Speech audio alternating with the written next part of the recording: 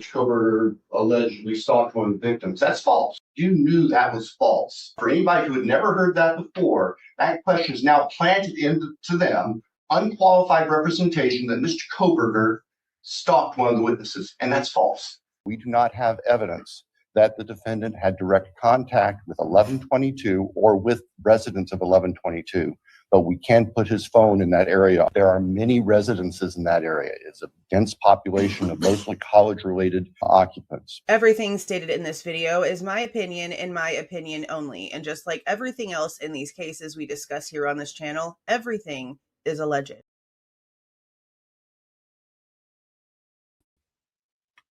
Hey, you guys. Good evening. I think I fixed the intro thing. I was able to kind of put it both together and then get it uploaded. And I think it pretty much played semi-normal.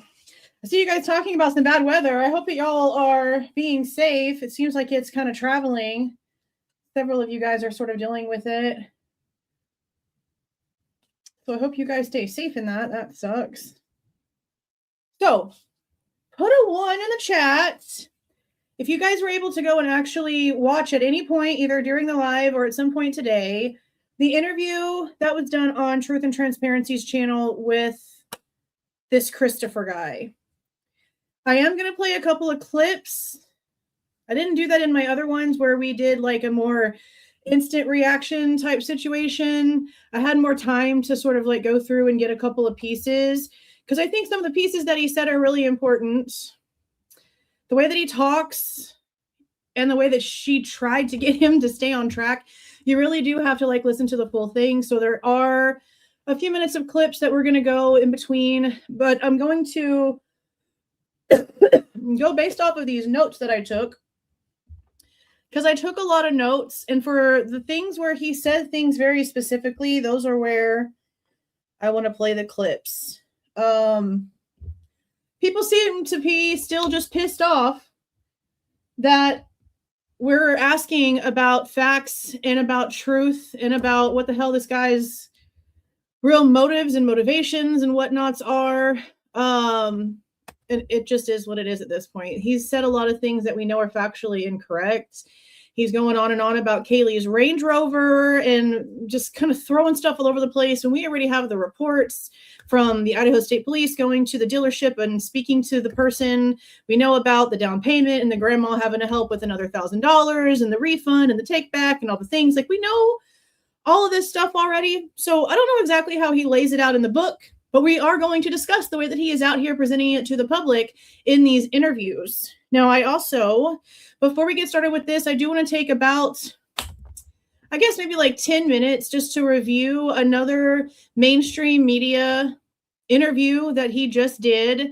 I went over about half of it before the live started and decided we were going to go over it together.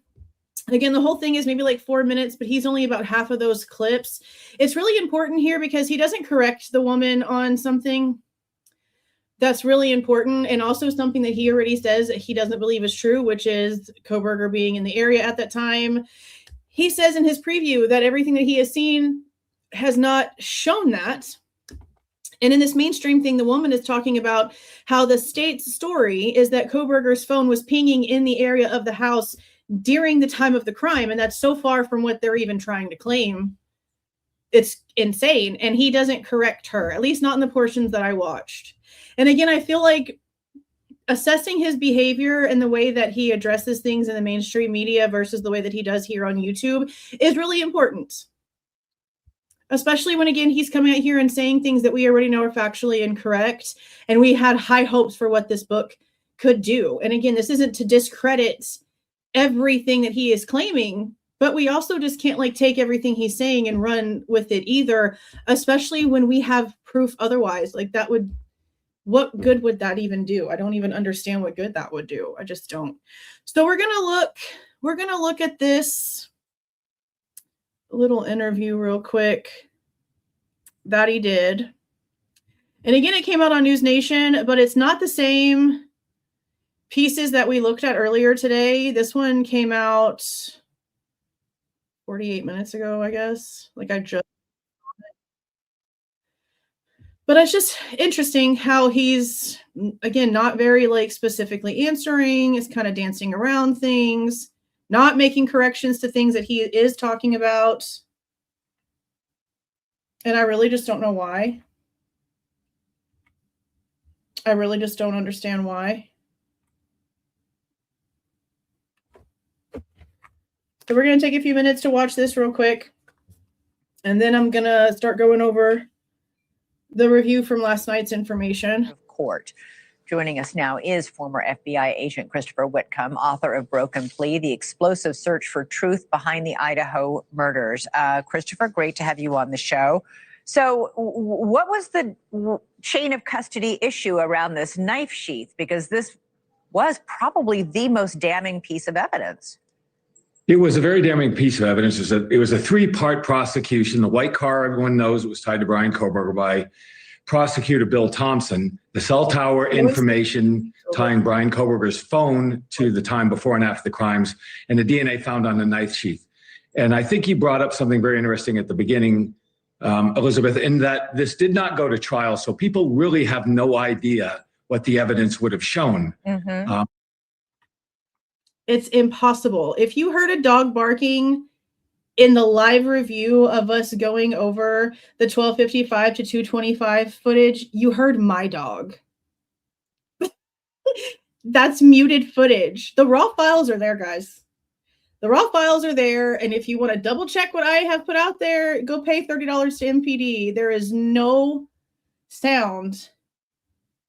So if you were hearing a dog barking on the 1255 to the 225 time frame, you're hearing my dog if it's in the live review. Go to the raw footage. She doesn't have to play for my live review. I've given access to everyone. It's in the Google Drive. You can get it from there. It's also posted to the page. The way that we did it is we went through, most of you guys know, we went through it live at night together. And then the very next morning, I would release the full raw file. No commentary, no nothing on it. It had the little map in the very beginning to show you where the house was, where the camera was on 11/12, what you were viewing, and then it was just the raw file. It's not redacted, it's muted. There's nothing there.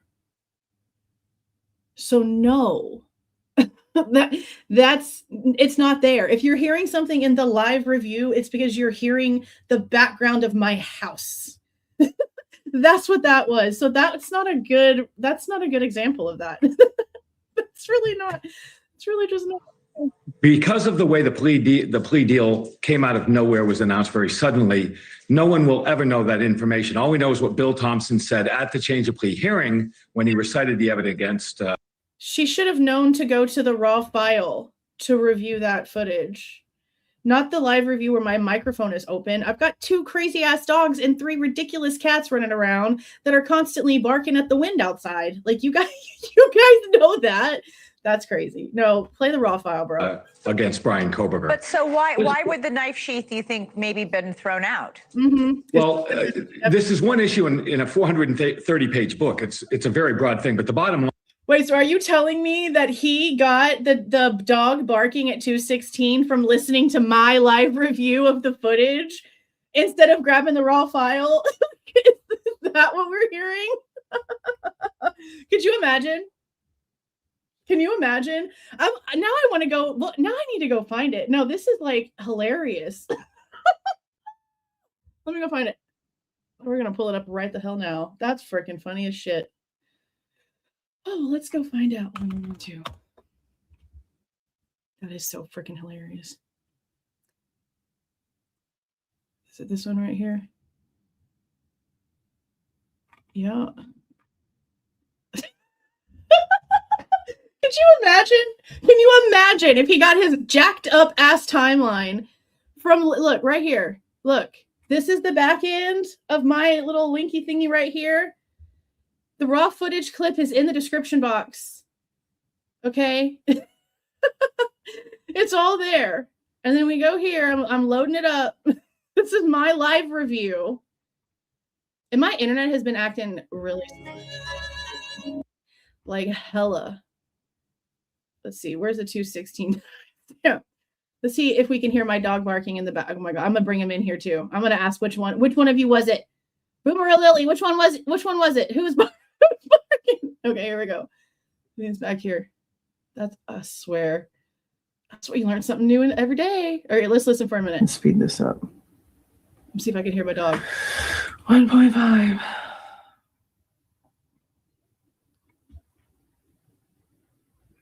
Movement.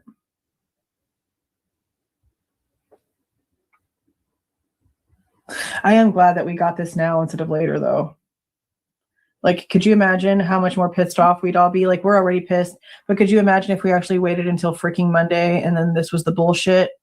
And then, like, they're out the rest of the week because it's the freaking holiday and we didn't get to yell at them sooner? Bad now. Like, they obviously know that I'm going to record my phone calls with them at this point, so they just better be ready for it because that's what's about to happen to you. I cannot believe the bullshit. They got to give me like full-on explanations. And it wasn't working. And that detective, I want to know who he is. And I will FOIA. I mean, if I have to FOIA it, I'll FOIA it. It might not even be the same detective every time, which is curious too. I don't know if it's the same detective every time that looks at the redactions. See all the error? Like, that's my kid. You just heard my kid. Like, could you imagine how much more pissed off we'd all be? Like, we're already pissed. So could you imagine if we actually waited until freaking Monday and then this was the bullshit? Oh God. And then, like, they're out the rest of the week because it's the freaking holiday and we didn't get to yell at them sooner? Like, they obviously know that I'm going to record my phone calls with them at this point, so they just better be ready for it because that's what's about to happen to you. I cannot believe the bullshit. They got to give me, like, full-on explanations.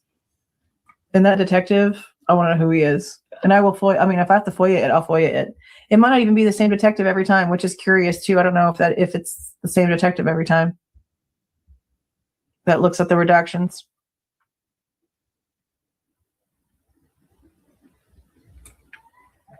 That's my kid.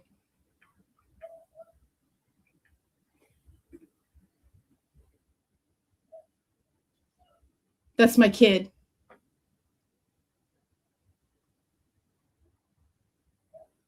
That is my child. That is my kid playing a video game. She seriously is sitting there saying that this in the live is a dog freaking barking. That's my kid playing a video game in the background as my microphone is open because I'm speaking on a live.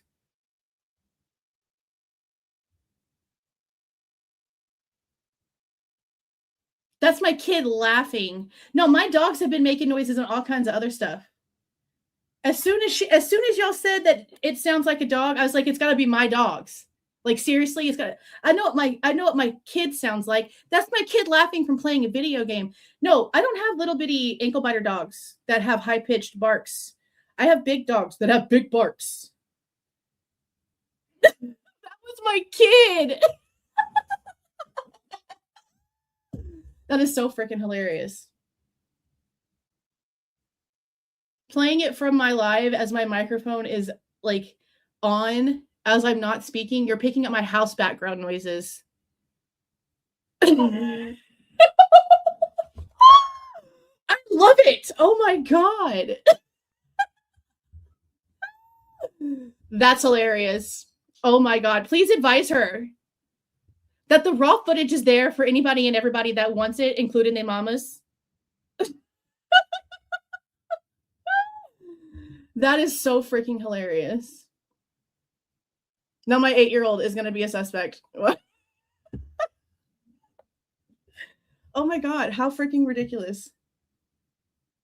How absolutely dumb. How absolutely dumb. Holy shit. I mean, literally anybody that wants to argue me can just pay the $30 duplication fee to MPD to get that segment of time. I mean, that could have been done months ago, and this argument could have been done and over with. That's what I'm saying. I bet you anything. He probably watched my live review, heard some sound in the background, and put it in his damn timeline when it's my kid playing his video game.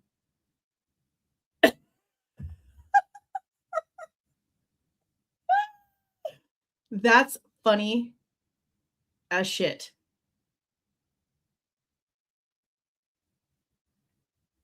Okay, you know, I needed that laugh. What he said. Let me go back this way. That's hilarious as shit.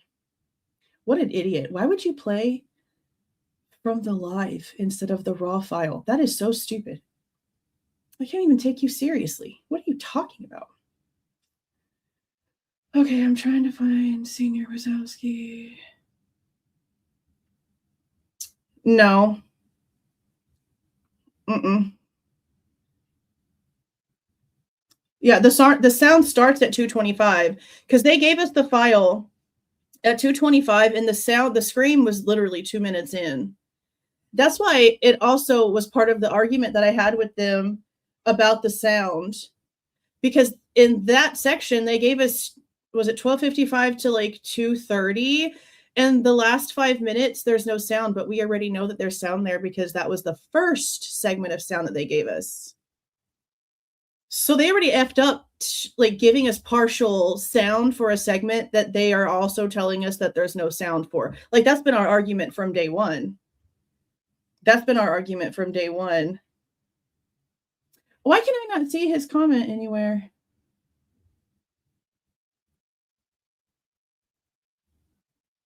People are crazy as hell. Like, I can't take you seriously anymore. I mean, I could barely take you seriously before. Okay, hey, I got a response today. $1,200 for both Linda Lanes from 11 p.m. on 11/12 to 7 a.m. on 11/13. I've paid half. We will have official Linda Lane footage. Hold on a second, though. Hold on. Do you mean like the dumpster cameras? Because I think there's already been FOIA'd. Screw what this guy says on mainstream media. He's stupid and I don't like him. Just know he doesn't correct her when she says something wrong about Bryan's car being in the area, like pinging in the area. That's not true at all. Yeah, Connor FOIA'd Linda Lane. So are you meaning that you're FOIAing the dumpster Linda Lane? Okay, well, you need to get them to clarify to you what they mean by the Linda Lane parking footage, because Connor already did that, and you should only be having to pay for the duplication fee for this angle right here. You should, unless somebody else did something else, I don't know when it comes to the dumpster footage, but considering that Connor already has this from FOIA, you should only have to pay the duplication fee for this angle. And then I'm guessing the redactions for the dumpster side. You got to be careful with that because Connor already paid for these and you only have to pay the full fee once. Connor already paid it. So be careful with that. You need to maybe get with him on what you already did in way of paying stuff. There's only clips prior to 2 a.m. Oh, I know.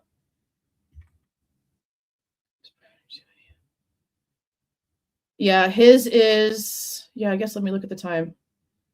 So Connor has, where's like the nighttime stuff, I guess. So yeah, Connor has 12 a.m. So midnight to 7. Okay, so y'all are corresponding. Okay, good. Yeah, I don't trust them not to try to like. Yeah, see, that's crazy because what are they freaking redacting? Because you know that the more that they're charging you is because that's how much extra time they're taking to like remove shit.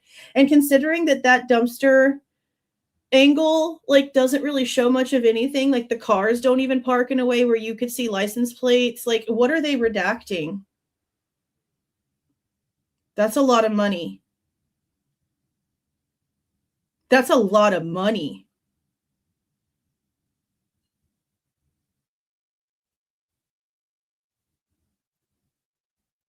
That's crazy. Yeah, that's all it is. Yeah, they've changed it. I've noticed that the letters that I've been getting for things are like structured differently since they started allowing the family's attorneys to look at stuff first.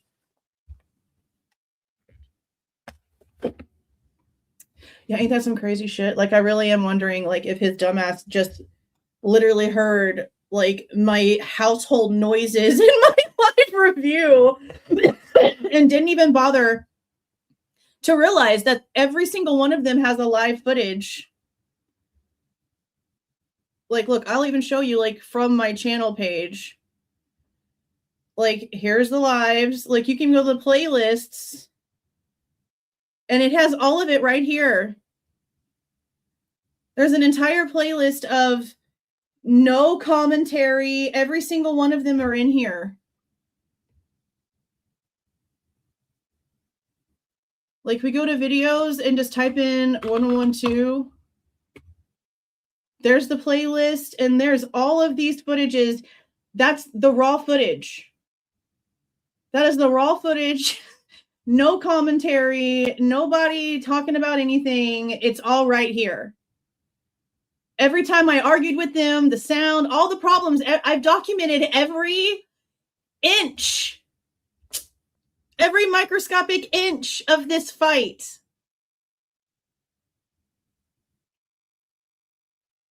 Our live reviews and the raw footages. It was live reviews at night, the raw footage first thing in the morning, and then review of the next hour at night, the raw footage dropping the next morning. Like, how are you so ridiculous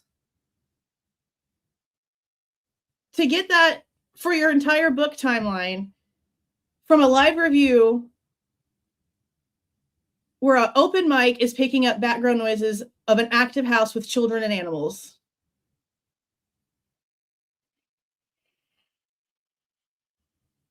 Some investigators they are, aren't they? I mean, I guess that is a perfect example of how useless the FBI is, isn't it? But the fact that that's like the evidence that they're using for how wrong he is crazy as shit. That is so freaking hilarious. I'm going to laugh about that. Like in the middle of the night, I'm going to wake up and I'm just going to laugh. That's freaking hilarious. That is freaking hilarious. Welcome, Gretchen. Welcome, welcome, welcome.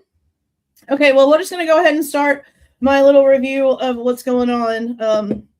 Since it seems like very few people seem to really know what's going on, especially them, apparently, because that's insane. Actually freaking insane. I mean, stupid is really like the only other word I have for it. Okay, we're just going to go ahead and get started with my notes here. Okay. I don't think he ever emailed Lana. Let me just start with that. And I could be wrong in assuming that, but in the very, very, very top of the live, the fact that he said that he had emailed her and that she had missed it and blah, blah, blah, whatever is brought up. And she never mentions finding the email that he says that he sent. You know what I mean? So I don't know if he just like said what he said to make it seem as if he had reached out to her and he really didn't, or if he really did and she just never went to go find it. Like, I don't know, but like I would have went to go look for it. And if I couldn't find it, then I would have asked him to forward it to me from his send box so I could see when he sent it. And none of that was talked about, which I just found interesting because I would have liked to have gotten that out of the way. He has no idea about Papa Roger. We do. He has no idea about 4chan, who the author is, about any of the details, apparently, according to him. He says the tips that he has seen has been on an organized spreadsheet, conveniently, and that they're in chronological order and ID'd by agency. This next part right here I found interesting, and it's because we know exactly what the FBI has actually done in this case. And I don't appreciate the fact that he's a Fed out here trying to pretend like the Feds didn't literally touch everything. So we're going to play what he said about why he didn't include the FBI as part of the key individuals in the case, and then we'll talk some more. Key individuals in your book, you write down, here's the defense team, here's the prosecution team, here's the police. In your book, You don't mention anybody involved with the FBI as being like key individuals for the police. Why? Wait, key individuals for the police. You mean key individuals who are FBI agents in the investigation? I'm not sure what you mean. Well, no, like you're in your book, you list the like. Oh, the yeah. key Okay. Key in law enforcement. I think it's a heading for law enforcement. Yes. I think the FBI, because I was an FBI agent and I know how the FBI works, and I know how the FBI works in this case, and they were not key in this investigation the way other law enforcement officers are. They didn't file reports in the same way. And the way we should talk about that at some point if you want to. We'll come back to it. But it was primarily because they did not have an investigative authority the way other law enforcement officers did. And we can talk about it more in detail. What do you mean? What do you mean that they did not have investigative authority like other agencies did? They did everything. Again, they did everything. They ended up doing the DNA, the IgG. They're the ones who ended up doing the car stuff. They did the electronic and device dumps. They did the cell phone tower information, the cell phone pings. The FBI did everything in this case. Everything that Moscow PD was doing in this case was literally shelved the second that they got that call on 12/19. And for some reason, he keeps calling it the Franks hearing. It was not the damn Franks hearing. It was information that was going on before the Franks hearing ended up being denied. But it was the closed session in January of 2025 where Brett Payne gets on the stand and he says, we got that phone call on 12/19 with Brian's name, with Brian's name, and we had a lead suspect before that, but then we got Brian's name and we put that onto the shelf. So they were looking at the lead, got the name, didn't care about the lead. After getting the name, the other unknown male DNA information comes in. But because they already got the name from the FBI, they don't pay attention to that either. That's what Brett Payne said. And again, 12/19, they get the phone call and they don't know what the hell it's about. They don't know where it's coming from. Brett Payne does say that. He says very, very, very, very definitely that when they got his name on the 19th, I can't even talk. I'm so aggravated. On the 19th, nothing about the phone call said that it came from the sheath, that it was from IgG, that it was from DNA. It was just, this is the guy that you need to look into and here's his name. On the 20th, they all got together. And there was a Microsoft team meeting where a presentation was shown to everyone about how the IgG worked and how they came to it. There was a whole family tree that was shown to them. That's apparently when Chief Fry got a hold of Chief Jenkins over in Pullman, and that's when the information about it being Bryan Kohberger from WSU and all that other stuff got told to Chief Jenkins. The FBI changed the trajectory of this entire case. And the second that they did, they took over everything. They're also the ones who orchestrated his freaking arrest. They're the ones who were the first ones to look into the freaking car. They were the first ones to get any information when it comes to anything. They did the swabs. They did everything. They orchestrated all of it. So much so that they broke rules. And in order to hide the fact that those rules were broken, the lie had to be told about how the FBI became just a tip. And he's out here trying to protect that bullshit. He's out here trying to help them hide the fact that the FBI did all of these things. Why is that such a big, big concern for this case? Because that's the same thing Hitler did. With telling both sides to pick the narrative that they could live with and Brett Payne being picked to be the puppet. Why are they all so adamant that the FBI's name gets erased from this entire case? He's out here helping them with that by saying that. Why? That's not true. They touched everything. The reason why there were so many freaking discovery requests wasn't technically because there wasn't anything to hand over, but the FBI had it all and the state didn't. So the state couldn't give to Ann Taylor what they didn't have. That was the argument for so long, that they were waiting for the FBI, waiting for the FBI, waiting for the FBI. How's the FBI not key? Does he think that we don't know that? Does he think that the majority of people don't know that? I bet you so. I bet you so. Let's see what else he said. I'm not touching on like every little thing, just like the things that I found pretty important. He has never seen anything in way of what Butanti and Bethany Funk talked about any of the interview information, going to Nevada, anything like that. Nothing at all.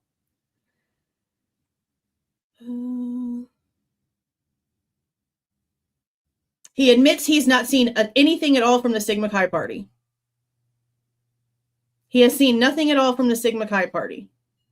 So then I still have to question how he has in his timeline stuff about like pictures and stuff from the Sigma Chi party. If it is from the phone download information, you're still seeing information from the Sigma Chi party.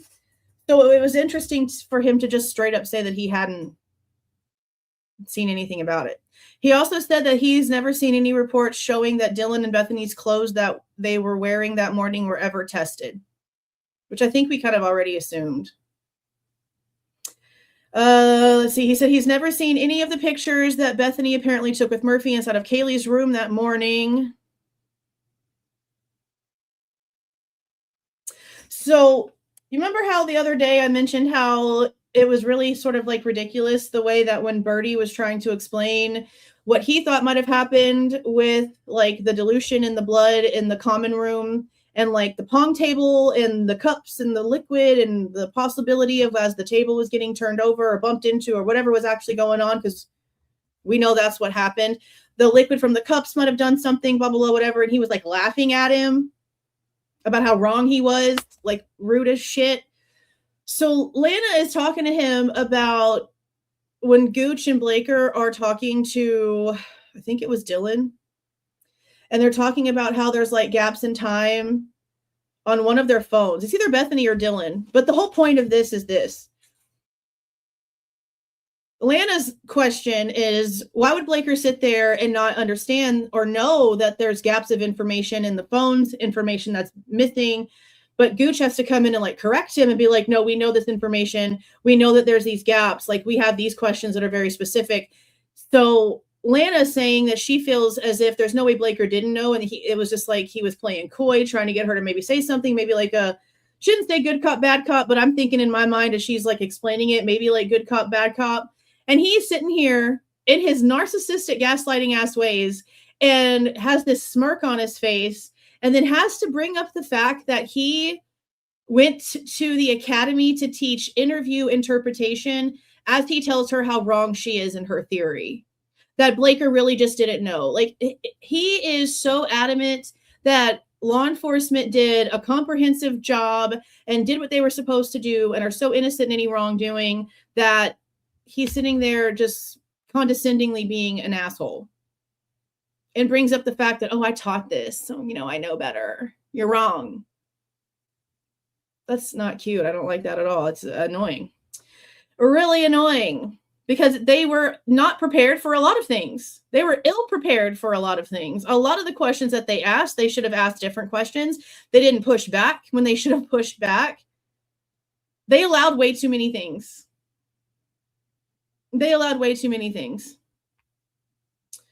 Let's see what else.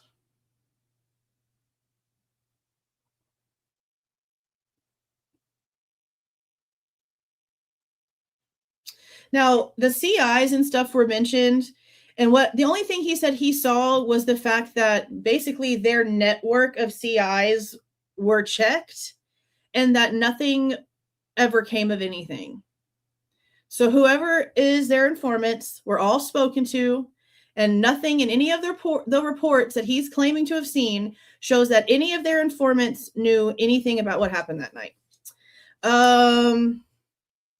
Let's see.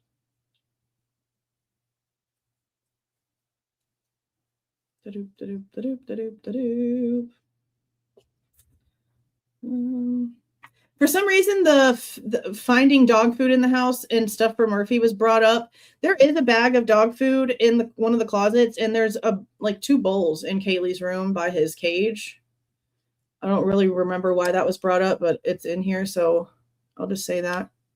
When it comes to the 8-hour delay, he said it's not normal, but it's typical. And I don't know what the hell I'm supposed to think about that statement.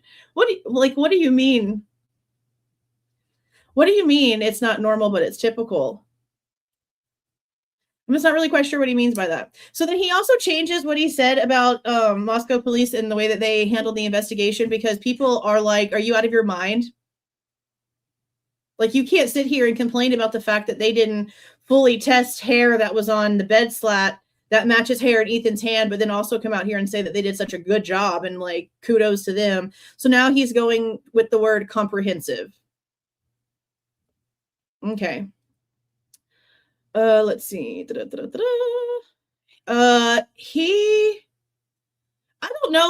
actually don't know if he said that he actually saw information about Ethan's apartment or if he didn't know if there was information about Ethan's apartment. I know that in all of the records that we have seen, it doesn't look like they ever went to Ethan's apartment. But, you know, the Chapins are really good at getting them to hide information. So it wouldn't surprise me if there are several reports and things that were probably even tested from Ethan's apartment, and we just don't have access to that information because the Chapins don't want it out there. Because look how long we didn't even know there was an apartment for Ethan. Like a hella long time. So I don't know, but I just don't feel like, you know, they just didn't. That's crazy. Okay, so I guess this next part, we're going to go ahead and play the clip that I have. It's talking about what Hunter said. You guys probably saw me talking about it in my community post yesterday. What he apparently was saying to Noons. But again, what bothers me is that he's sitting here talking about the footage and is it out there? And like, yes, but it's redacted. It's not the same one that you have. And then his response is, well, I urge everyone to go look at the footage. Home dude, we just told you what we have is completely redacted. How can we go back and look at the footage and know what the hell we're looking at when all we're getting to see as they're inside Maddie's room is a bunch of freaking black boxes and silence? So I don't know why he says that. It's impossible for us to go back and check what you're talking about. We don't have access to it. So we're going to listen to what he has to say right here. Let him talk about what Hunter apparently says. We don't have him saying what he's claiming that Hunter is saying in the footage. I'm going to pull it up from Connor's channel where he has an fresh, raw, not done shit to freaking version of Officer Noon's body cam. And we're going to watch it from walking in and talking to Hunter until they finally see Maddie and Kaylee. I'm not going to say a word. We're just going to play the damn thing and see what else we hear. Because again, he's claiming to have seen unredacted, but then says, I urge you to go back and watch it. We can't see or hear anything that you're talking about. So just listen to what he says here.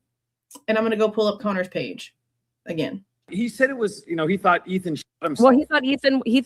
Well, and we're going to get into that. So now I will say here real quick before I go find the thing. We did hear them talking about this in Officer Morris's body cam, which also came from Connor's channel.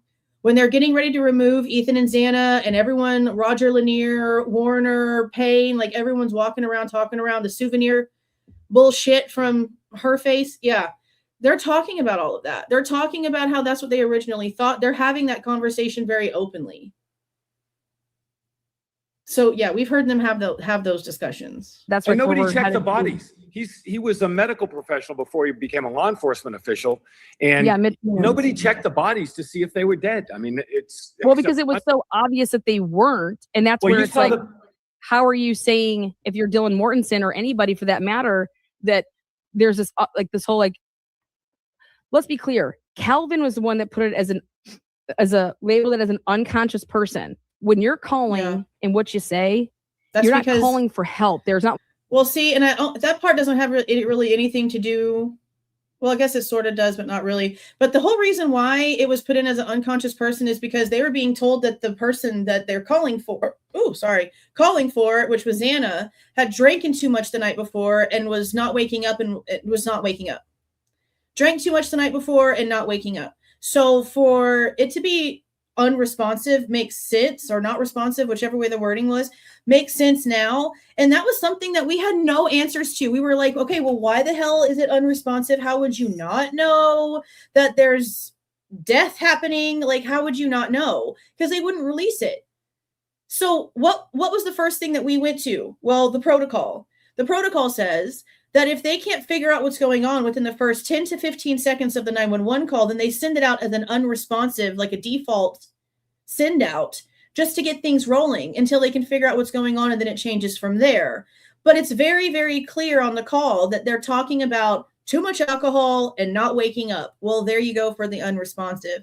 Why they couldn't just let us hear that? Why they just teased the release of that as they were getting ready to go down and arrest Kohberger? We've talked about that with dates and everything else. I don't know why they didn't just play it to make that part at least make more sense, because that was one of the biggest questions.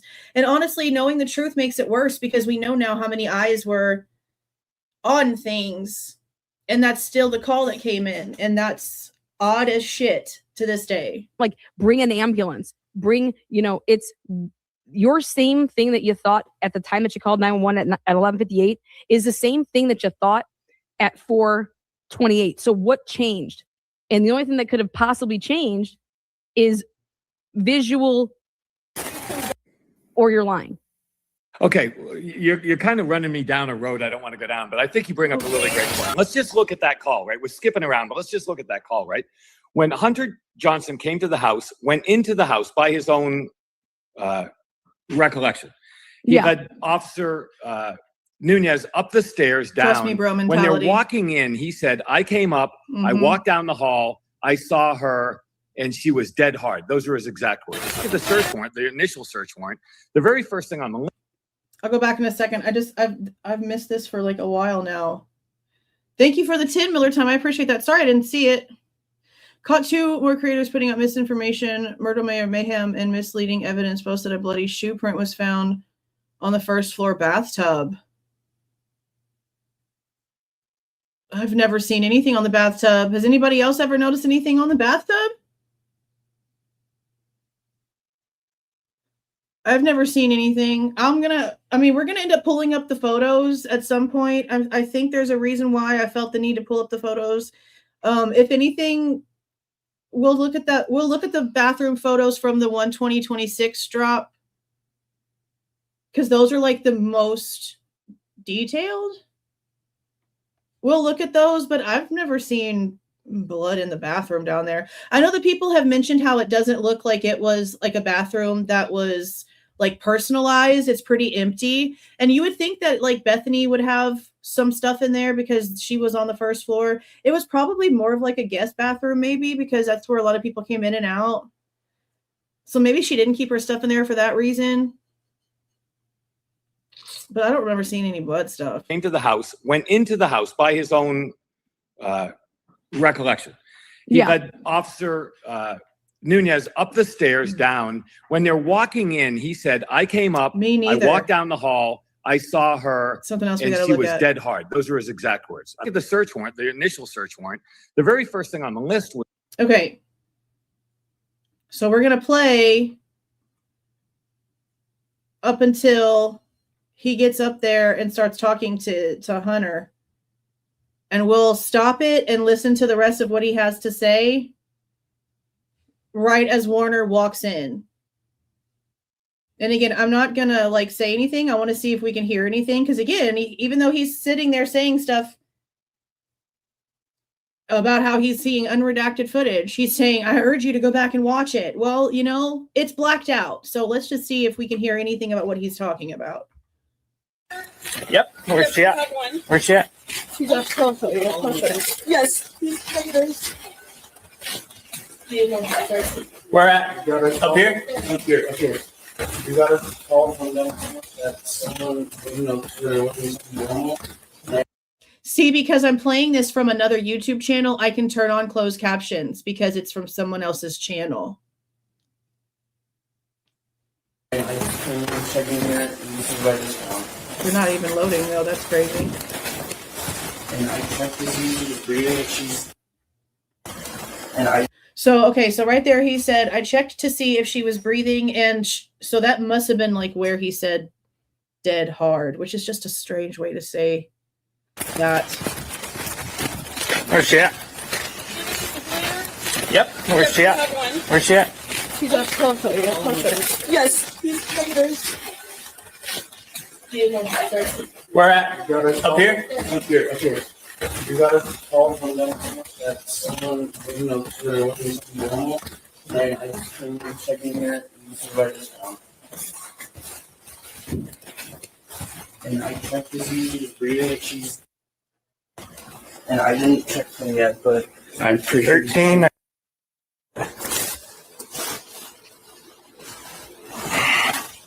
Okay, get back. I don't know if they're still in here or not. Really interesting. I grabbed the knife. They're like 1370.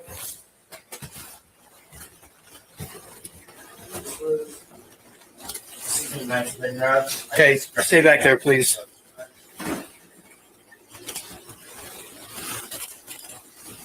Fuck.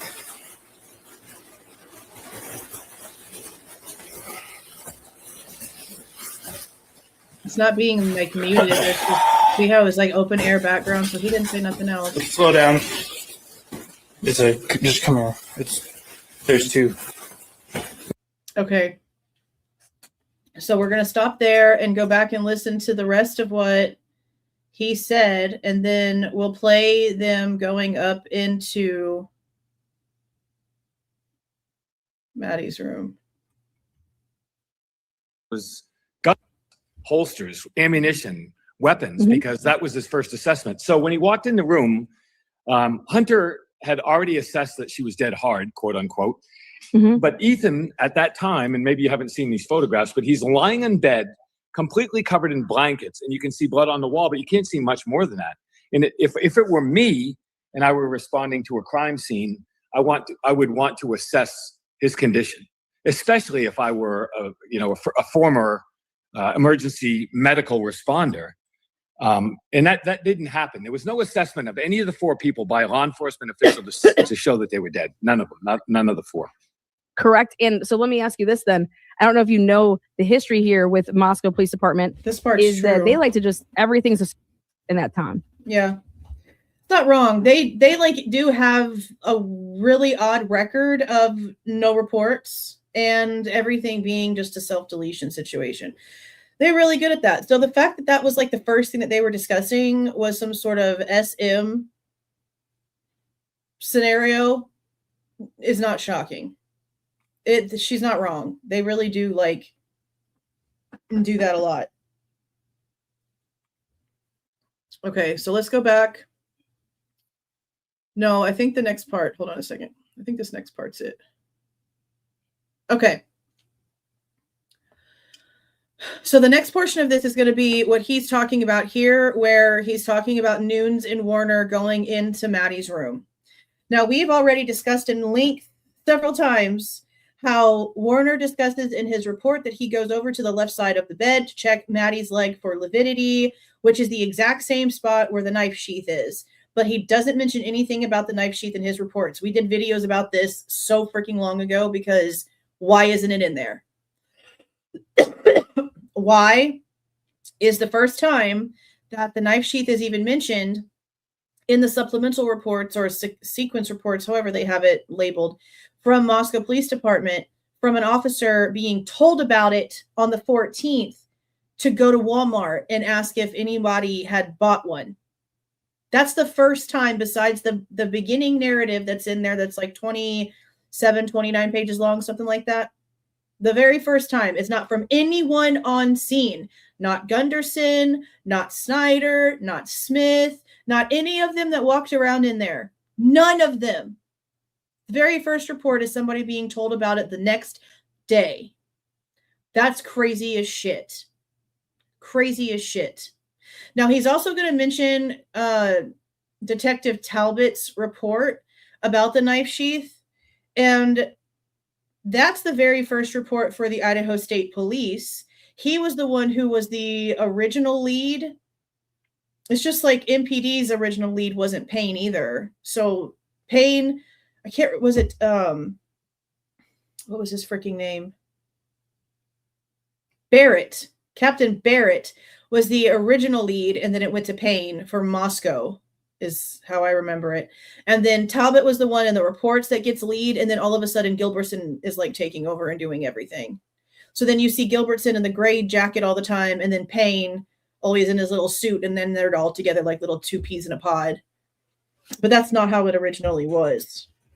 So let's listen to him talk about this portion, and then we'll go and watch the cam of them going up to the 3rd floor, because again, he says to go and look at the one that we have. So. And let's go back to the knife sheath. The knife sheath, the DNA found on the knife sheath, the snap of the knife sheath, was a small number of human cells. All of them? It was not a... All of them missed it, though? Like, I just gave off, like, several names. Snyder, Smith, Gunderson, Warner, Nunes, more than that. Walked into that house, walked up to the 3rd floor, saw the scene. Even the guy that took the original crime scene photos doesn't mention it. That's more than human error. That's multiple people that were there first, not saying a word about it at all. Not even in their own reports. Blood stain. It was a small number of human cells, and the DNA. Well, we're going to go to the knife sheath.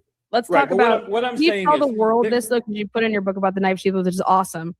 We've all been wondering, when you watch the body cam and they go back into that room, is that knife sheath on any body cam footage out there?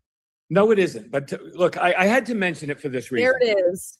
Well, no, wait, no, I've got to qualify. Come on now, because people... See, she asks a very simple question.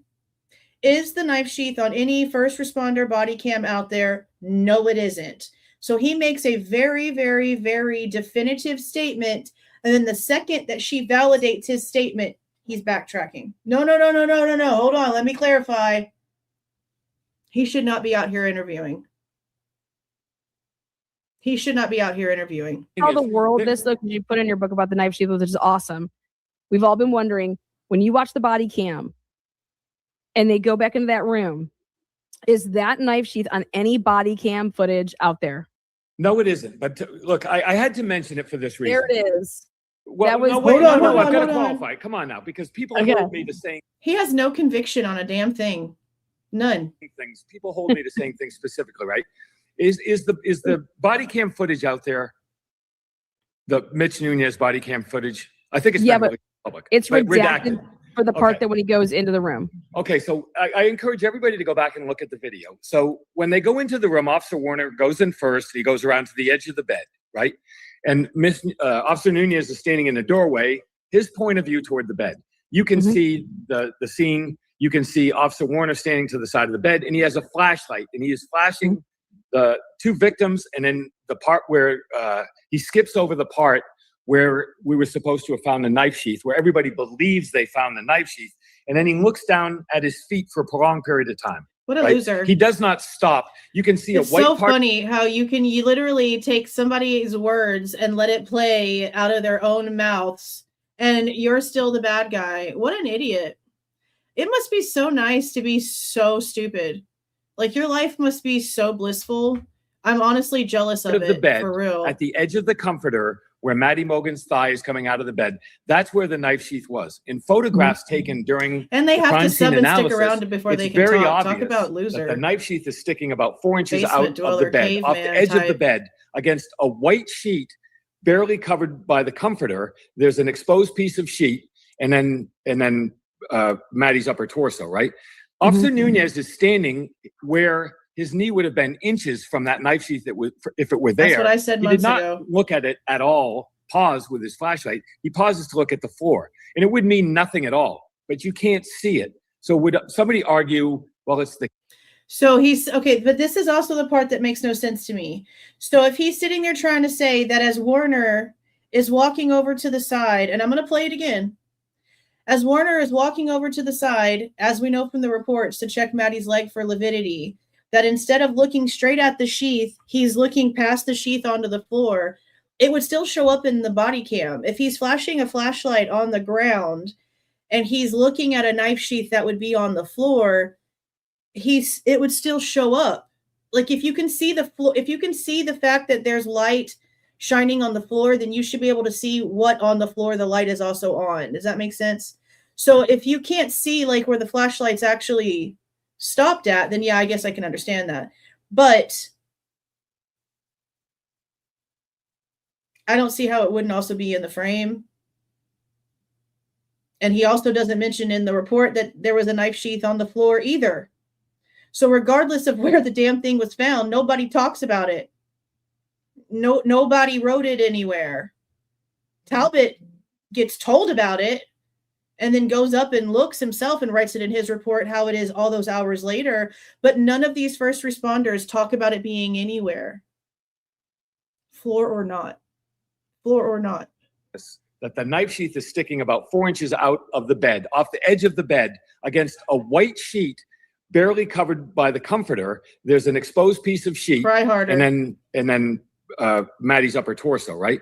Officer Nunez is standing where his knee would have been inches from that knife sheath if it were there. He did not look at it at all, pause with his flashlight. He pauses to look at the floor. And it would mean nothing at all, but you can't see it. So would somebody argue, well, it's the camera angle? And I would say, maybe, but I mean, I've looked at it at great But length. Nunez didn't put it in his report. Well, neither of them did. Neither Warner nor Nunez mentioned the fact that there was a knife sheath in the scene of a horrific murder. They didn't mention it at all. And the only reason, Lana, this is very important, and I go into I'm very specific in the book. The only reason I mention this at all, the only reason I care or mention it at all is because when Detective Talbot came out and did his crime scene analysis, he wrote on page 2, item number 14, K-bar sheath found on floor next to victim number 3. That's not what it says. So if you go to, now he's saying handwritten, and I don't know where the hell he's getting that from because he hasn't showed that literally at all. But right here is the original reports when it comes to ISP and Talbot. And this is Talbot's very first report right here. Okay. When it comes to the inventory on this report, it literally says for exhibit number 14 that the K-bar sheath is located on the bed on floor 3. So what is he talking about? He's saying there's a handwritten note that says otherwise. I think he's reading it incorrectly. He's trying to say that the handwritten note says found on floor next to victim 3. What I think it probably says is found on floor 3 next to victim. He hasn't produced it. Why can't he just produce this say handwritten note so that we understand where he's coming from? Because again, this is Officer Talbot, his damn report from ISP. And he just said item number 14, yes? Let me go back and make sure that I'm looking at the right one because he's saying Talbot number 14, right? Let me make sure so that I'm not pulling some bullshit and thinking that I'm hearing sounds in the background of an open microphone and muted footage. I like to make sure what I'm saying is accurate. So let's listen one more time. It's very important. And I go into I'm very specific in the book. The only reason I mention this at all, the only reason I care or mention it at all is because when Detective Talbot came out and did his crime scene analysis, he wrote on page 2, item number 14, K-bar sheath found on floor. Okay, so again, Talbot, item 14. Talbot, item 14 says located on bed of floor. Here is item 14, K-bar sheath. Here is Jeffrey Talbot's freaking name. So if he actually has it in handwritten form somewhere where it says something differently, he needs to produce it. Because the written word is different than what his verbal word is telling us. And that's something that's important to point out whenever he's trying to tell us that he has all of these facts. And if I'm an asshole for pointing out the fact that he's given us information that we can't verify while telling us to go in and verify, then I'm sorry, your life must suck. I'm just the messenger. That's bullshit. Item number 14 literally says, located on the bed of floor 3. Floor 3. Bed of floor 3. That's super important. Now let's watch this as they go up to floor 3 and see if we can see what he's talking about. Looks like fatalities.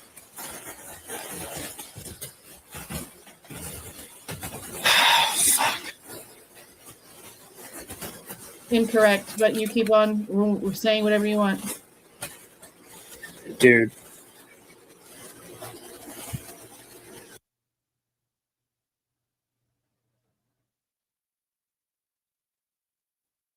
Refocusing on the common cause is because you don't like the drama of somebody being called out, and that's not my issue for me that it's uncomfortable for you.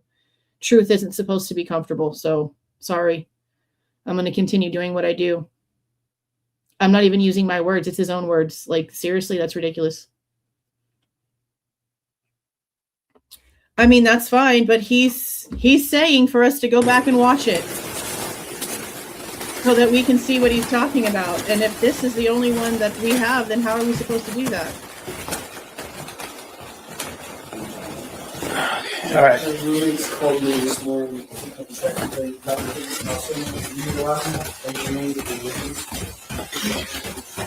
Like, it was really, really funny to me. Okay. I'll turn this down until they Nobody's get about to leave upstairs. for now. How he was like, I don't know why we have to fight about silly things, because you're out here not telling us honesty. It's not Xana's blood on the freaking table. Kaylee did not still live at 1122. You have all kinds of information wrong. Everything he said about the Range Rover is bullshit too. We're going to pull up the report. He thinks we don't know things. It should bother you that he thinks you're stupid, because prove me wrong that that's not his mentality. He laughs at Lana. He laughs at Birdie. He has to act like his nose is up to them. I'm not the one that's an asshole. I'm not the one with an ego. Can you It's guys that dude. go over to the dumpster for me, I mean, please? damn. Shit. I've been here almost 4 years. He popped up a week ago and people are kissing his wrinkly old ass. I don't understand it.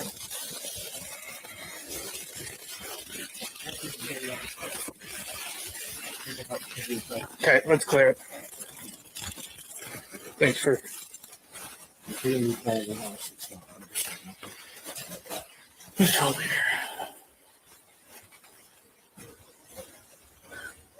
Look. I'll just start down here.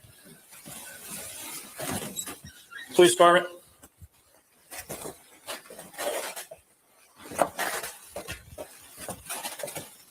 Police department.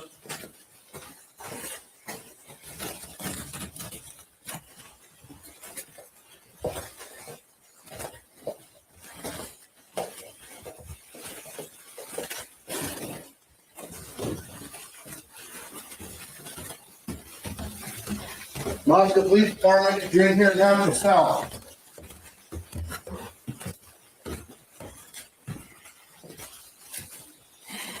Moscow Police Department.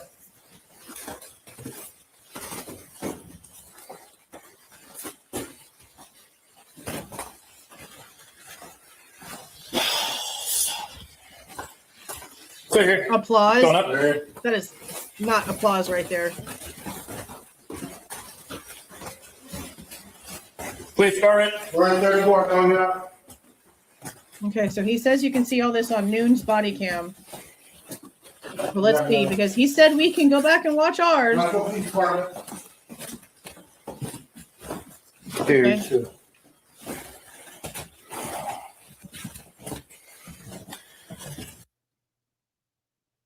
The entire thing is blacked out.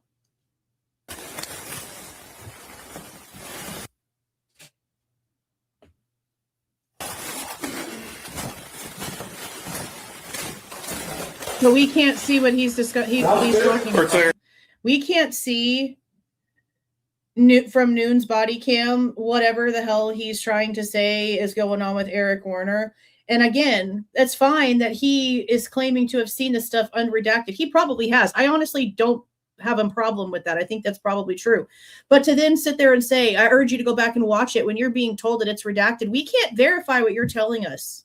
And you're trying to tell us that you think that from something that you can see, but we can't see, that the knife sheath is on the floor. But I can't find proof in any of the documentation of what you're claiming either, because Talbot's item number 14 says the sheath was found on the bed of floor 3, not on the floor next to victim number 3. And like, I'm not making fun of anybody, but it sounds like maybe a little bit of dyslexia maybe took over, because it's easy to see where that statement can be flipped around. If there is something really handwritten, it could easily look like on the floor next to victim 3 instead of on floor 3 next to victim. I get that. I'm acknowledging that fact. But we can't verify anything that he's saying here. So let's go to Warner's real quick and see if Warner's maybe looks a little bit different.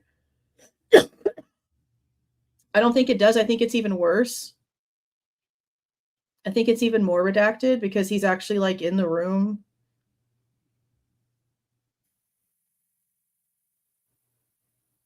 Let's go. Okay, here we go. Moscow Police Department.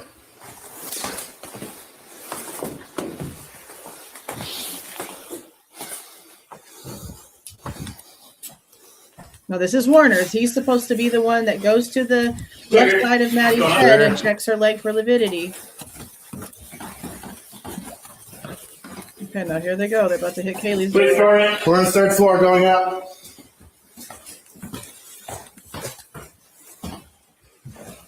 You see, they already have this completely blacked out. Moscow Police Department. We can't see anything that he's doing in this room. We can't see anything he's doing in this room. We can't hear the conversations that they're having. How is he urging us to go back and watch the body cam that is already out there for us if we can't see it? That's clear. Or clear. We can't. We can't. Nowhere else, nothing else about it. We simply just cannot. Okay, so now the next thing that he starts being completely wrong about is where Kaylee lived and the Range Rover. And there's so much information about this that we've already had to try to like fight through and try to produce receipts and stuff for. And of course, Dylan and Bethany's interviews didn't make this information any better, because they then said that they thought that they were able to talk Kaylee into not leaving, which was crazy. But we also realized that she apparently got stuck in a storm with bad tires, and that's what prompted her getting another vehicle. And that's what extended her stay from being gone for Parents' Weekend, because she wasn't supposed to be. And then something that he actually mentions in the book is that apparently Kaylee was supposed to be also a host of the little party thingy that they went to. It wasn't just like she was invited. She was like part of the hosting party, which would tell me that she was already she already had other things to do back in that area that weekend besides anything to do with the Range Rover. I don't know why we were given such a bullshit ass story by the families, but now even the families coming back in and saying, no. I don't know why my freaking hiccups and stuff are so bad today, but even the families coming in and saying, no, she was not moving out. That's false information. They started it, but still, she was still living there. And he goes on and on and on about that, which I understand the reasoning. I agree with his sentiment about Kaylee, because there's no way that some stranger that just wanted to have some sort of like fantasy kill, okay, because that's basically what they're trying to say here, would exhibit as much personal rage against Kaylee as what happened to her. That was very violent. That was very passionate. That was very anger-filled. It's not something that you would assume a stranger would be able to do easily. It doesn't feel like an emotion that can be falsified. It feels like it's really coming from a place deep within someone, what happened with Kaylee, because it's so different than the rest of them too. So I understand the sentiment. I really understand it. But we've talked about this too. How would anyone have known when we thought that she hadn't been living there? That was the big question.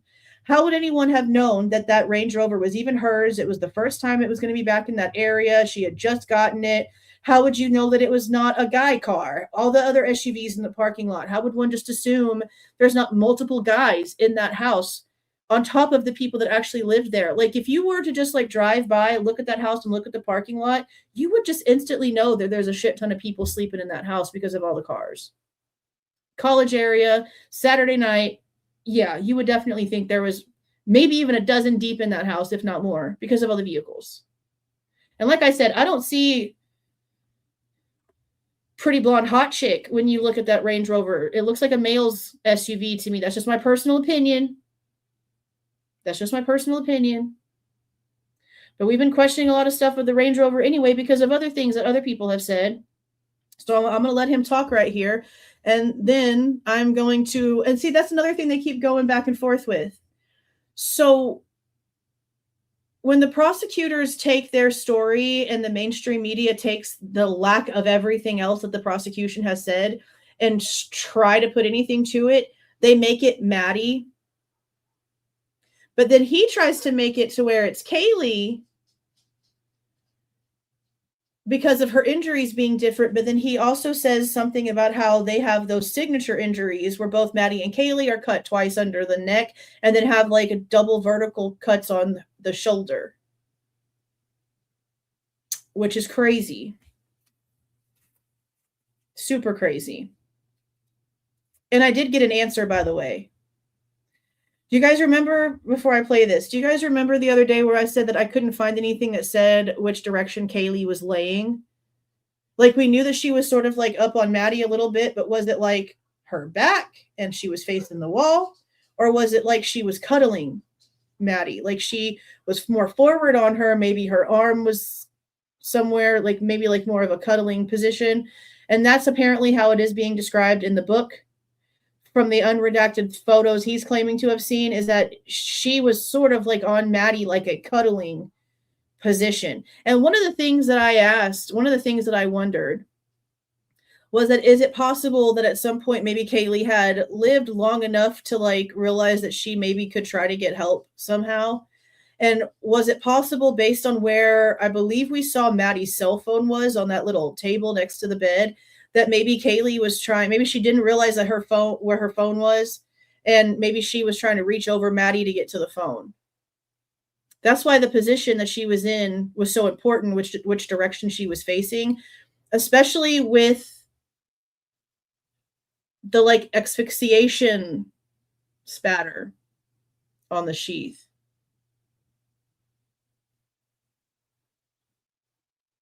But then we don't have anybody talking about it. And that's why it's so hard to figure out exactly what could have happened, because in order for the asphyxiation like droplets to come out as she's like maybe coughing, because we know that she like drowned on her own liquid. Like that's something that we've already been told. So if she's like coughing and it's going over Maddie and onto the sheath, then that would definitely show that it was already there. So then why is nobody talking about it? Why is it not in any of the first responder reports? If it's so obvious and it's not covered up, because even Talbot in that report says it was just partially covered. Everyone else that's talked about the case said that it was not completely covered up. You could see a few inches of it was sticking out. Partially covered. It would have been very noticeable, especially for that freaking grown-ass man to walk around to that side.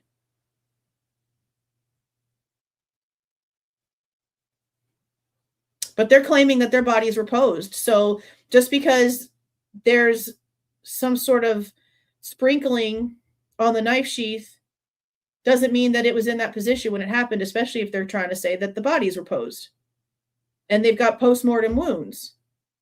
It could have happened it could have happened anywhere.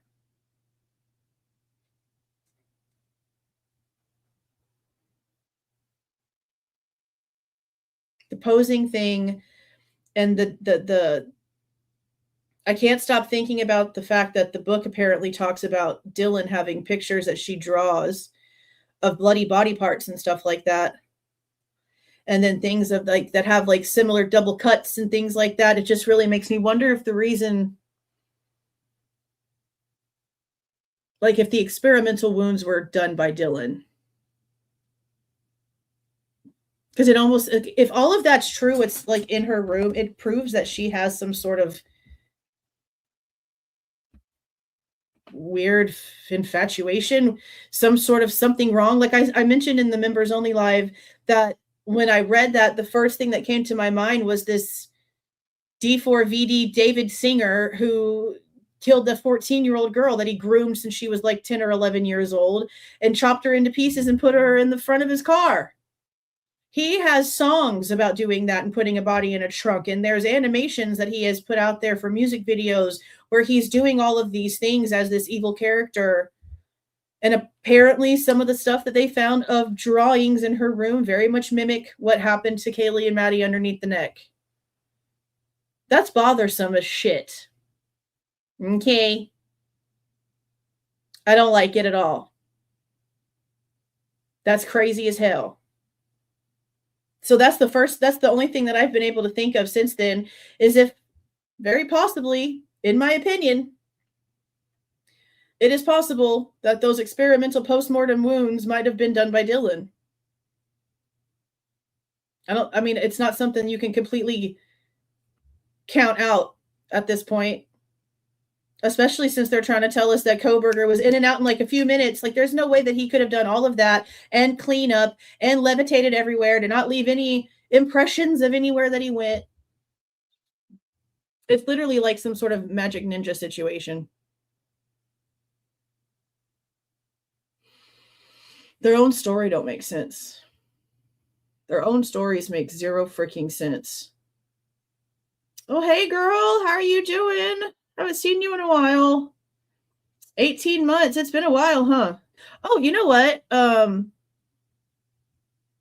Seeing her here made me remember this. Put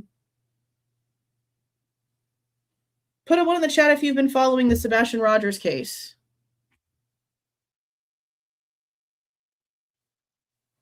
Put a 1 in the chat if you were following and are still following the Sebastian Rogers case. And I guess also put another 1 in the chat, I guess, if you guys remember the Caleb Harris case. Okay. Well, I don't know how many of you guys already know this. I've known this since it happened, since it was announced. But do you guys remember Tony Mathis? The guy that came out and helped Caleb Harris's dad, and then somehow with Pascal's help or whatever, he started talking to Seth Rogers, Sebastian Rogers' dad, all that stuff. He passed away like a week or so ago. Tony Mathis passed away about a week or so. It's been about a week or so since the last time I saw it on Facebook. We hadn't talked about the case in like forever, and I didn't want to put like a video out just to like announce that he had passed away, because I didn't want to monetize on that or even like put a video out about it, because I didn't talk to the guy and we haven't covered the case in like a while. So it just didn't feel right to like just like do some sort of crazy ass announcement about it, because that's just weird. But yeah, he passed away about a week ago. Something they did. I don't think they said something about like in his sleep, I guess. He just unexpectedly passed away. His mom, his best friend died like a couple weeks before that, apparently. And then he passed away about a week or so ago. Yeah, I saw something about it on Facebook. So that sucks. You never want to see that kind of stuff happen, but that's like, I think like the second person connected to that case that's passed away. There was a search and rescue woman from San Antonio that got involved in the Caleb Harris situation. She passed away not long after Caleb Harris was found. So that's 2 at least so far that I know from that case that have passed away in the past year and a half or so. But yeah, just seeing Julia in here reminded me about that. So yeah. Oh yeah. That's wild too. Thank you for the gift of memberships, Miller Time. I appreciate that. Thank you so much. Oh yeah, no, Texas has been running out of water for a decade. My dad and I talk about that probably every single time he comes to visit. Texas is running out of water. We've been running out of water. It's not just Corpus. It's the Hill Country. It's North Texas. It's all of Texas. We're running out of water. It's bad. And instead of trying to fix the situation, they're spending money on shit that's just going to make it worse, like these damn data centers. There's actually a place. It's like a dinosaur. Is it Glen Rose? Glen Rose, Texas. It's right. They have like a dinosaur fossil type park area where there's like actual like footprints and stuff that have been like, you know, preserved and shit. They want to put a data center right next to it. They want to put ion battery storage in Mountain Home right next to Kerrville. When you know those things get even a little bit wet and they basically just like, you can't put out the flames. They just want to surround us with shit that's going to kill us eventually. And then we have to pay the higher energy costs and deal with the cancers and the tumors and the extra sets of eyes that end up coming from everything that our bodies are taking in. It's crazy. We've been running out of water for a long time. We've been running out of water for a super long time. Okay, let's listen to what he has to say about the Kaylee portion, and then we'll pull up the report from the dealership because we have it in the ISP drops. Yes, absolutely. Because some DNA ended up on that knife sheath. Okay, I'm going to pull up the reports. We need to remember that Xana didn't live in, Kaylee did not live in that house anymore. False. She came down for the weekend. She stayed there Friday night. The killer, if we if we believe expert analysis that Kaylee was the intended victim, the first intended victim because of the nature of her crimes, how would anybody know she was there? It would have to be somebody that knew her. You just couldn't accidentally. Did he just say the nature of her crimes? Is that what he just said? Friday night, the killer, if we if we believe expert analysis that Kaylee was the intended victim, the first intended victim because of the nature of her crimes, how would anybody? The nature of her crimes. I'm just going to chalk it up to he said it wrong. Know she was there. It would have to be somebody that knew her. You just couldn't accidentally feel rage to someone that you didn't even see. This part I agree with. Live in the house. The fact that she was in that house that night is important behaviorally. Like I agree again. I agree with the aggression. I agree with how personal it seems. But when it comes to this portion, this has already been corrected and has been corrected for like a really super, super long time. Super long time. She definitely was still living there. Feel rage to someone that you didn't even that didn't even live in the house. The fact that she was in that house that night is important behaviorally to the assessment of this violence. Because there's evidence that Kaylee was trying to either sublet her room, sell stuff in her room. There's evidence of that. See, I've never seen that. I know that she was looking for a roommate in Austin. And I remember there being a posting on, I think, Marketplace for a bed for sale, but I'm pretty sure that it was Xana. Wasn't it Xana that had her bed for sale? I think it was. Now, I do know that one of the other girls was talking about the fact that she was going to be moving into 1122, but she was going to be moving into that spare room at the bottom. And again, we've only seen social media posts and posts from Kaylee about her looking for a roommate in the Austin area and about the time frame that she planned on going. But I don't remember us ever finding anything about her actually subletting out. No one actually in any of the interviews that are friends of Kaylee's mentioned anything about that. Right? Well, there is, but we know this unequivocally. She bought a car outside Moscow and drove down for the weekend.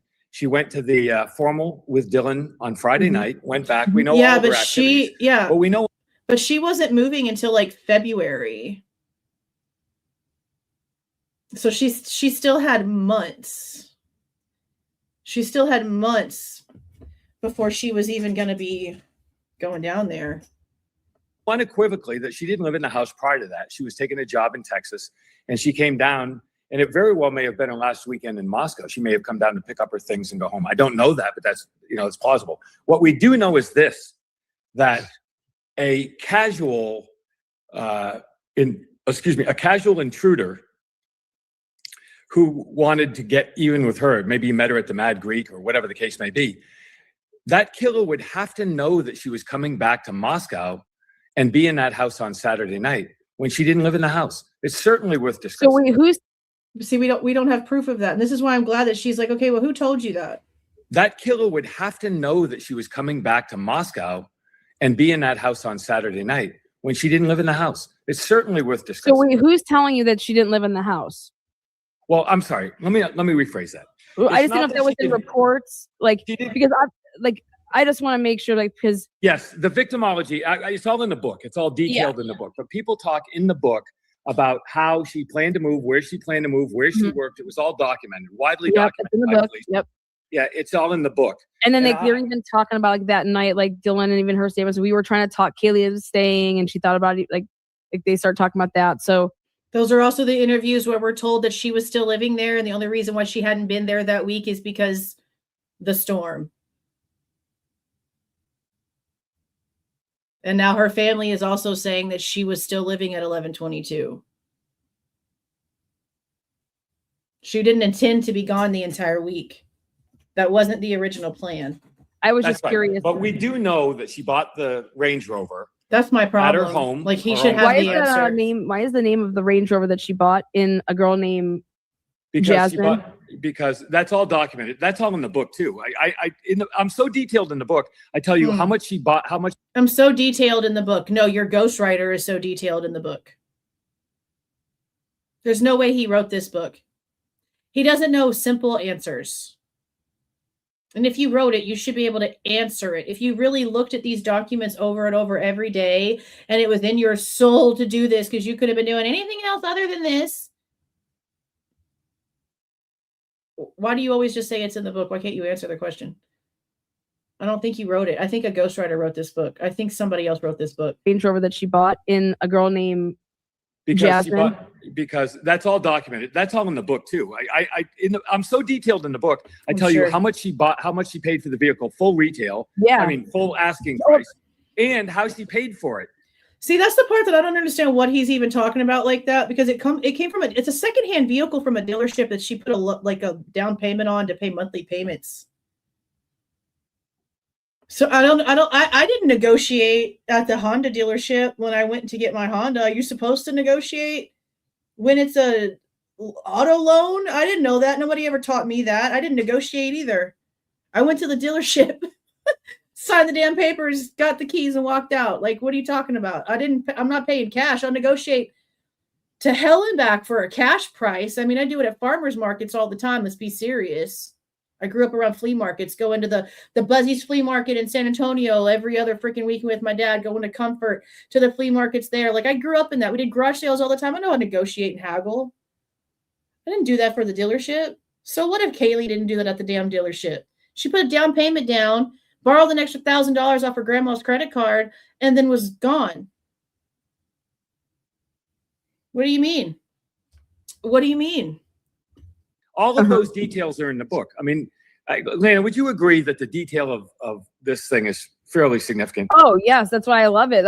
The detail of her car still being registered to wherever you're talking about doesn't really mean a lot to me, or like, honestly, anybody with the brain, if you want to be serious, because the only thing that actually matters is that according to the report that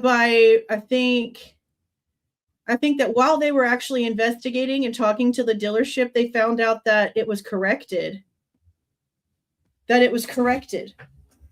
See, here is page number 234, supplement number 75 of the Idaho State Police reports. Like, I'm having to yell because I have these headphones on. This is on November the 30th.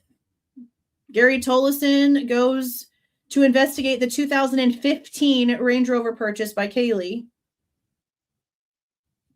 This is all about them trying to find out who they had to speak to. And remember, we did a video on this. We did the entire timeline on this Range Rover like 3 separate times. I feel like we did one not too long ago, like right after all the actual like official information came out, and maybe like the first time that we ran through these. Now, see right here, it mentions how the vehicle is still registered to someone who lives in Spokane, Washington, not a business in Spokane, Washington, but someone who lives in Spokane, Washington. But this was not a person-to-person purchase. This was done at, what was it, Price One? We pulled it up on the Spokane, Washington maps and showed how there's like different locations. They specialize in like the higher range, I guess, vehicles. So there's one for Mercedes. There's one for Range Rover. I think they even had one for like Lamborghini, I think. Like they had several different locations along like this strip in Spokane when it came to them selling these vehicles. And again, this was a secondhand car she signed an auto loan for. She gave her credit score, put a down payment on. I don't know. I don't understand why people make this vehicle such a big deal. I think I've even said that my 2019 Honda CRV was like $3,000 more than what her price was for the Range Rover. I just don't understand why people make it. My first auto loan was at 17. I was co-signing on an auto loan at 17 for a red Mitsubishi Mirage. My mom had a matching white one. My name was on that shit. I worked at Sonic. I had to pay the car note. I had to pay the insurance. My name was on that ish. This is not unusual. Maybe I just had to grow up too fast. I don't know, but this is not unusual. So this is where it says that they started talking to the guy on the 15th of December. He drives down there so that he can actually see face-to-face what is going on. Now, the previous information says this because it talks about the entire thing. Detective Roberts sent me an email with the following. Kaylee Goncalves purchased a silver 2015 Range Rover from blank in Spokane Valley on 11/10/22, according to her father. We'd like to have the salesman, unknown at the time, interviewed for the details of the sale, i.e. cash or loan, who was with her, anything unusual. This is also one of the interviews that I do plan on trying to get. I just don't know the guy's name, but I'm pretty sure I should be able to use the contact clues to be able to get it from them. I telephoned Washington State Patrol in Spokane, Washington, and asked for a law enforcement contact with Washington State Department of Motor Vehicles. I was given several phone numbers. I made telephone contact with blank, who is a blank. She assisted me with registering into a DMV portal and then helped me add my request for the title history of the Range Rover. I received the Range Rover title information, which showed the vehicle being owned by a blank who lived in Spokane, Washington. Probably the name that they just said on the show. But this was back like in 2022. The lien holder on the vehicle showed blank of Spokane, Washington. The previous owner to blank showed as blank and blank of Graham, Washington. Remember, she was no longer alive within 3 days of having this thing. So anyone who's ever bought a vehicle at a dealership knows that it can take up to 30 to 45 days for anything in a DMV or whatever system to update. You get a paper plate or a dealership tag, and then within 30 to 45 days, you get your real license plates, and then you take the paper tags off. So for this to be the information that was going on at this moment is super freaking normal.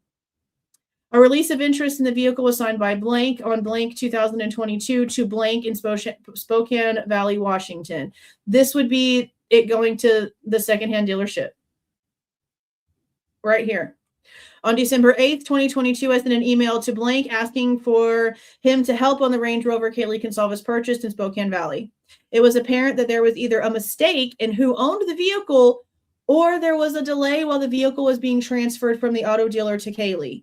So I don't know why they didn't give us the dates, but the release of interest from the other person that owned it was probably right before Kaylee went in there. That's why nothing had been done. Probably within 30 days. It'd probably been less than 30 days since they'd gotten that vehicle from that person. That's why all of this is going on.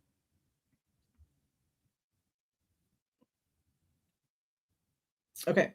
On December 12th, I received an email from blank. The Range Rover now showed purchased by Kaylee on 11/10/2022 from blank in Spokane Valley at blank. So as of December 12th, the record was corrected. And it no longer had the other person's name on it the way that he is making a big deal about it in this book, because as of December 12th, they're saying it's been corrected in the DMV information. And it says right here, I telephoned blank and confirmed the purchase of the vehicle. Copies of the Washington and Idaho DMV and title paperwork placed into evidence with Moscow Police Department by me. So that means I should be able to FOIA this information, right? Because Moscow was given it by, who is this, Tolleson? So I guess I'm going to FOIA that too now. On Thursday, December 15th, 2022, I drove to blank, Price 1, in Spokane Valley, Washington. I spoke to the salesman who sold the Range Rover to Kaylee Goncalves, date of birth. Blank told me that Kaylee came to the car dealership twice that same week to look at the Range Rover. The first time, she showed up with her 2 grandmothers. The second time, she came with her mother and her grandmother. Blank told me he saw no drama or conflicts between Kaylee and her mother or grandmothers during the sale. Kaylee bought the Range Rover for $24,423. She put down $6,500 in cash, and her blank put in $1,000 on a credit card for a total of $7,500 of a down payment. Now, we know from another report that's in this exact same drop that they, after finding out what happened, had released the $1,000 back to the grandmother because they were under the impression that after the police were done with whatever they had to do with the Range Rover, that they were going to be getting it back at the dealership. Well, then the parents or somebody ends up calling the dealership and telling them that instead they're going to end up keeping it. So then that $1,000 was charged back from the grandma's credit card. That's in one of these reports. Sometime after Kaylee purchased the Range Rover, the check engine light came on. She called and texted Blank, the guy at the dealership, to complain about this. I'd like to see, have we seen those messages? I don't think we've seen those messages. Maybe I can FOIA those. We'll see what they do. He told her they would come and get the car from her if the light did not go off. Blank explained to me that the light could come on for many reasons, but they were unable to figure this out. Blank forwarded me copies of the text messages between he and Kaylee about the car problem, also given to Moscow PD. After the murders, Blank contacted Blank. Okay, so it's in the same one right here. After the murders, Blank contacted Blank and wanted to return the Rover. Later, she contacted them and told them that her husband did not want to return the vehicle. So this would be Christy, contacted the dealership and said they were going to send it back. The GoFundMe got created. Suddenly they wanted to pay it off. So then she calls and says, hey, we don't want to return it after all. So then it says that Tolleson also spoke with the finance manager, different person at the dealership now, who confirmed the price of the vehicle as $24,423. He also confirmed that Kaylee put down $6,500 in cash and the grandmother put $1,000 on a credit card. Kaylee put in her credit application that she made $3,200 a month as a blank for Blank and had been working for them for about 5 months at this time. $3,200 a month for the job that she had as it now was becoming a full-time position. Not a big deal. Seems fair to me. A lot of people question, okay, well, she just got that job. Shouldn't have enough credit history. Let me explain y'all something. For those who think that these places care, okay, let me explain y'all a little something. And some of y'all might know this. If y'all been listening to my story with my POS idiot that I've constantly been having to deal with and still deal with to this day, if you know about April 1st, then you know. Let me explain you something. He, my ex, went to a tax guy. This was years ago. This was, I think, a year and a half before we moved and we were already separated and he was living on his own and this is what he was doing. My idiot ex went to a tax guy who lied on his taxes and got him like $14,000 back somehow, even though this loser did not want to work, never paid any bills, never did anything, barely had a job for maybe 90 days out of the entire year. Somehow or another, this idiot tax guy who, yes, did go to prison. And yes, I was called by the police about it and everything because my ex was being looked for as one of his clients. Okay. He barely had a job, got $14,000, a little over $14,000 in a tax refund somehow. I was the one with the kids. He never paid child support, never claimed a dependent, none of them things. All right. No job. Freshly fired, no job. Home dude walks into a car lot and drives out with a $60,000 Toyota truck. No job. Only cash money for a down payment and the promise to pay $700 and something a month with no job. It gets better. It gets better. 2 days later, he goes to a place called Camping World right outside of Fort Worth. Drives in with this big brand new truck. Walks out with a $90,000 pull-along RV simply because he had the down payment. He has no job, was freshly fired, and has a criminal background, and was literally under a suspended license for driving while under the influence. And both places not only gave him a $60,000 truck, but an almost $90,000 RV all within a week. So, if places like that can doubly not give a single shit to prove anything about anything as long as you've got some cash money, I don't put anything past a place like this, not really care. I mean, I don't know if she was making $3,200 a month, but we do know that she had just gotten into that permanent position. So everything prior to that was internship. And I don't think it was a free internship. I'm pretty sure that it was a paid internship, but I don't think she was making $3,200 a month as an intern. So not everywhere really cares or checks or whatever. If you've got the cash and you look like you've got the cash, they don't care. They're going to give you what you're asking for. And if you decide to not pay it and it gets repossessed, well, that's still money in their pocket at the end of the day because they got their down payment from you. And eventually they'll take you to court. I mean, they don't care.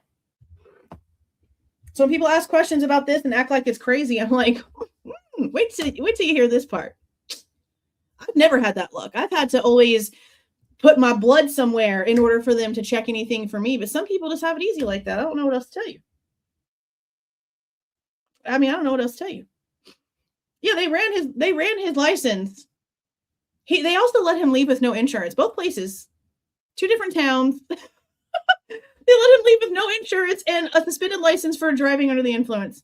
$60,000 black truck. And the guy that got arrested, I mean, I've got stories for days, y'all. I got so many stories. I swear y'all would like suffocate on popcorn. It'd be so ridiculous. It's, like, honestly, so ridiculous. But a lady randomly called me that was a sheriff like a year and a half or so ago, asking if I knew where he was because they knew that he was a client of the guy that was fraudulent with all these tax things. And she was telling me all of the vehicles this guy had that got repossessed and how they found him and all the Corvettes that they took from his garage. And I'm just like, I knew it. There's no way he got $14,000 on some legit shit. I knew that it was a fraud. I knew eventually it was going to catch up. So when it comes to credit and stuff like that, people don't really care. They don't really care. Now, you'd think these high-end places would care, but there was really nothing wrong with Kaylee's background. She was young. She probably had some credit cards that she probably wasn't ruining, so her credit was probably decent. She was working. She was paying all of her own bills. I mean, we know that from her friends' interviews that her parents didn't help her do anything. She had to do everything herself, even as a child. I mean, they told those stories themselves. So there's that too. She seemed like she was independent enough to be able to deal with it. $3,200 a month, paying a monthly payment and wanting to live with a roommate. I think she would have been just fine. I think she see right here, her credit was good. She even got the car with no cosigner because she had cash and then the extra $1,000 from grandma. Money talks. When Blank contacted them about returning the car, the dealership put $1,000 back into Blank's credit card, the grandma's. When we found out the family was keeping the car, they took the $1,000 back. There was nothing unusual about the sale. It came with a 3-month warranty. And that was it. They never got the check on the check engine light problem, which is something that we were wondering after Jack DeCore said what he said. And it looks like it was not a loaner, that it was her Range Rover, and that it was a discussion about coming in to check the check engine light, but that it never happened. Of course not, because she was in Moscow. So of course it didn't happen if they never got to it. So then the end of this clarifies that. Then after the vehicle is returned to the family, it can be brought to the dealership to work on the check engine light problem. Now, the last thing that I saw is that Steve wrecked it, right? Steve wrecked the Range Rover. I don't think it's bad, but I saw that being talked about on the Facebook group some months ago. Maybe not that long ago, but some months ago. So I'm pretty sure by now it's in their names. Like in the book, he's talking about it like this is something that's a big deal. Well, dates matter. If the person just gave it to the dealership and had been barely less than 30 days or however many, however long it takes for it to transfer out completely in the system, and then here came Kaylee and she went ahead and got it, well, then that's a transfer that needs to finish before the next transfer also needs to do its thing. So that's not abnormal. That's not abnormal at all. So the fact that he was like, don't you think this is significant? No, it's not significant whatsoever. Just like you're wrong about where she was. She was living in that house. Everything that she owned was in that house. Now, granted, she had her whatever she was, wherever she was staying or whatever, but she just had some stuff. All of her makeup, all of her clothes, everything from Murphy, everything was in her room at 11:22. Maybe she was starting to go through stuff, but she hadn't. Everything was in there. It was chock full of furniture, chock full of clothes, all of her makeup, all of her personal things. It was all in there. Storage stuff full of stuff. It was all in there. She was probably going to start getting ready to do all that soon, but she hadn't started doing it yet. There's no proof of that. Yeah. There was a GoFundMe. It got completely paid for by the GoFundMe. And the last thing that I saw is that he wrecked it.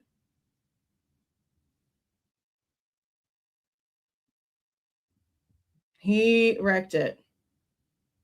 Yeah, this is the drop that's in. It's on the page. It's on the Idaho State Police page. I mean, I honestly don't want to listen to him say anything else. I'm done reviewing whatever he had to say. Let me look if I have any other notes over here.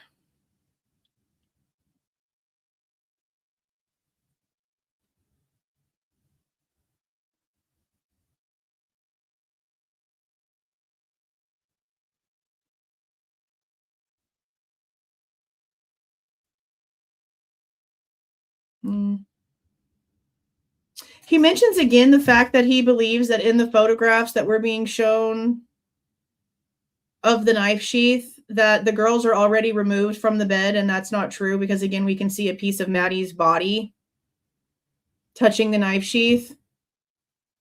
Now, I guess the only way that I can really alleviate that situation is if I contact ISP and ask them for the metadata on the ones that they did give us in that 120 drop where we got the knife sheath photos.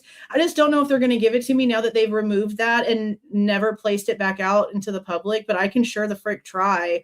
Because I know that they took the pictures, I think it was like the 17th.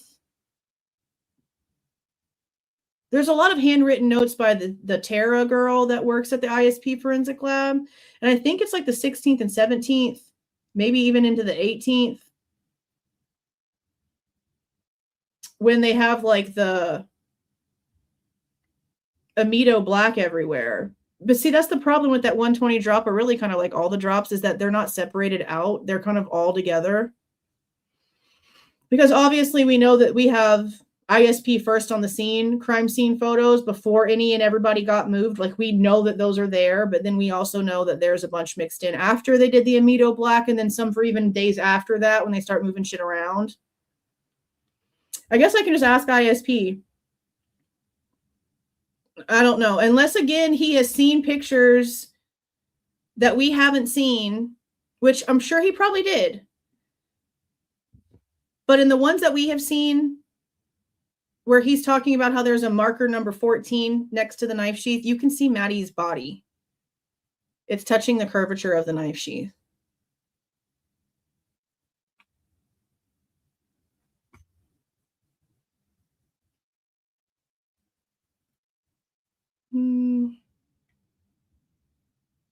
I don't know if there's anything.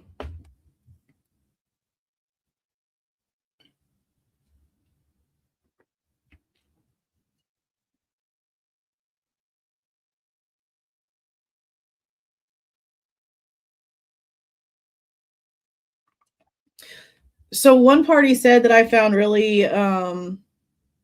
contradictorial, I guess, is he sat there and he said that there's no federal rules of redaction. Basically, that it's all elective and at the law enforcement's own discretion.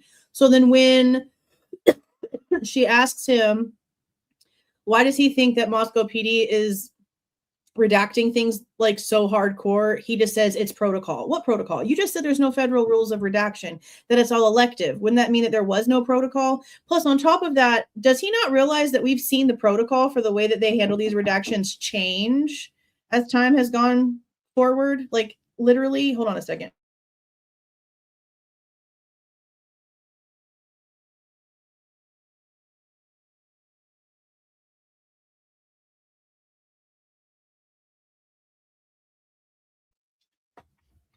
All right, let me look and see if there's anything else on here.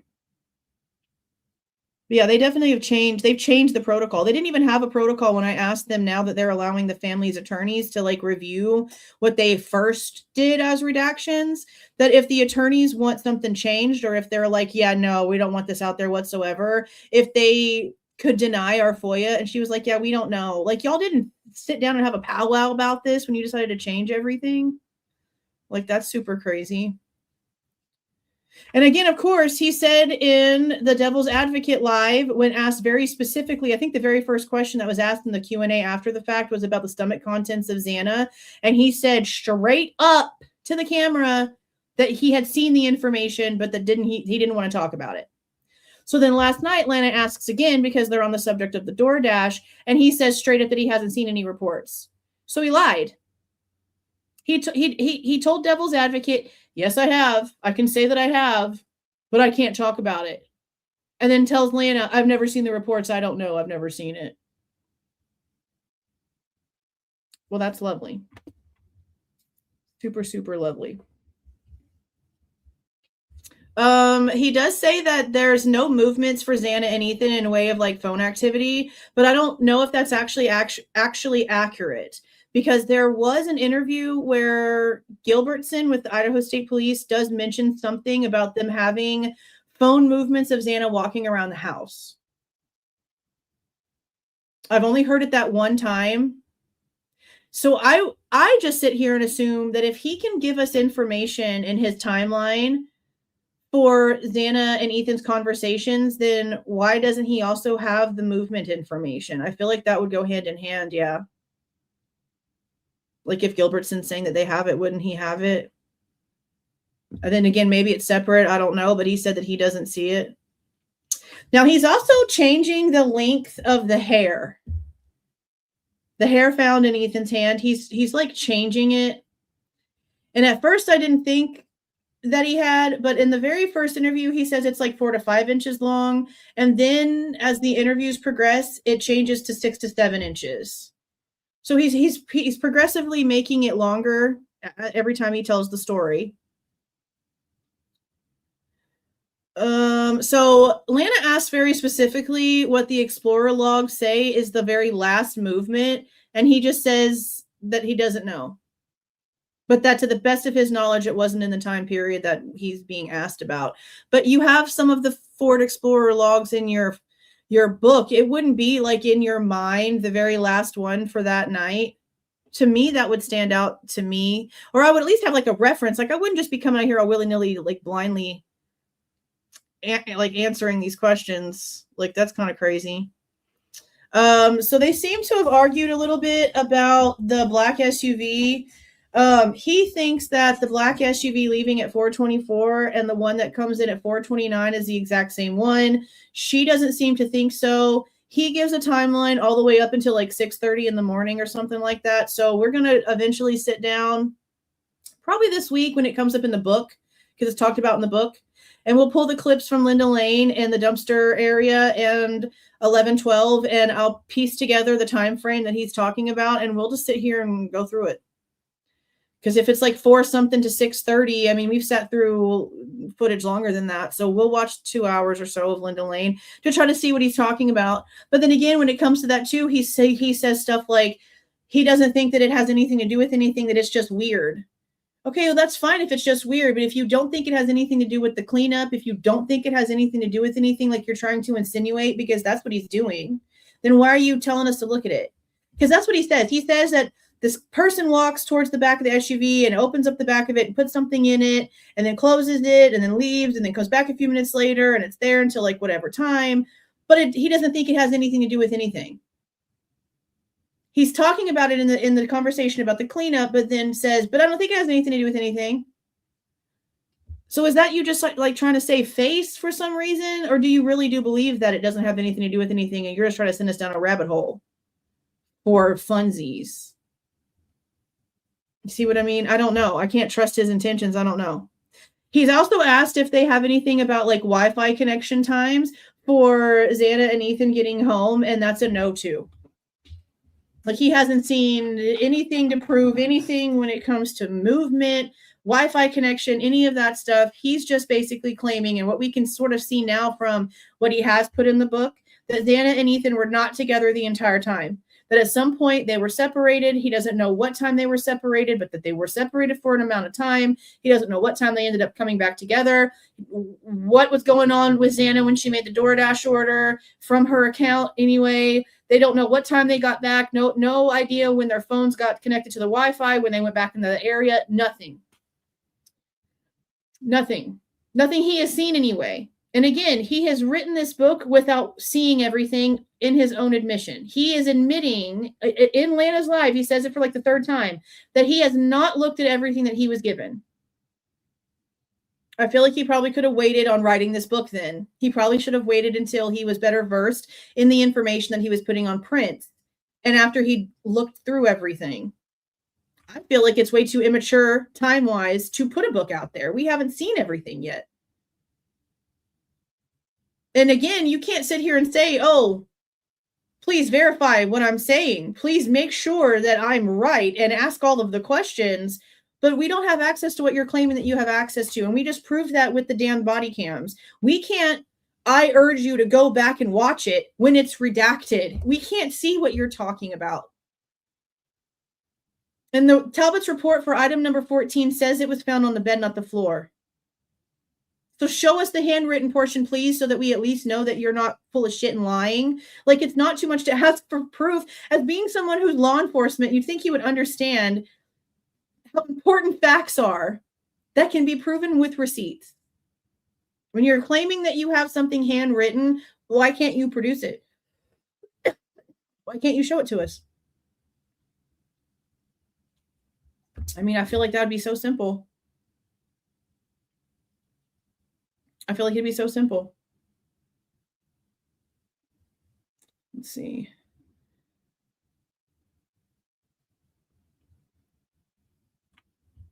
They mentioned the Alexa again. I need to go back. Actually, let me open those photos one more time. Because I could have sworn that we saw the Alexa in the bathroom downstairs. Did we not?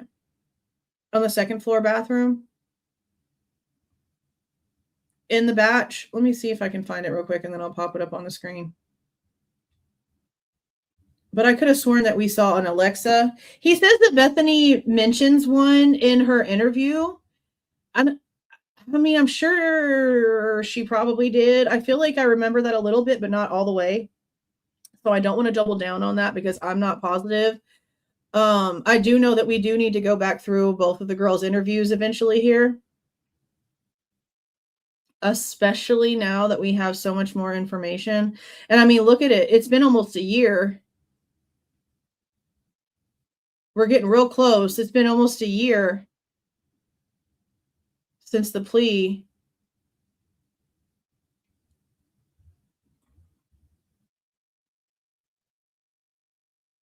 Okay, page 90 is where that starts. Oh, is this the right one?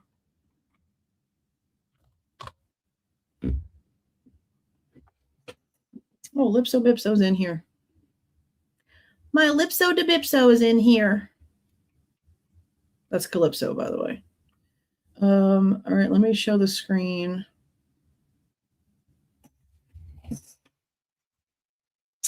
Let's see. 146.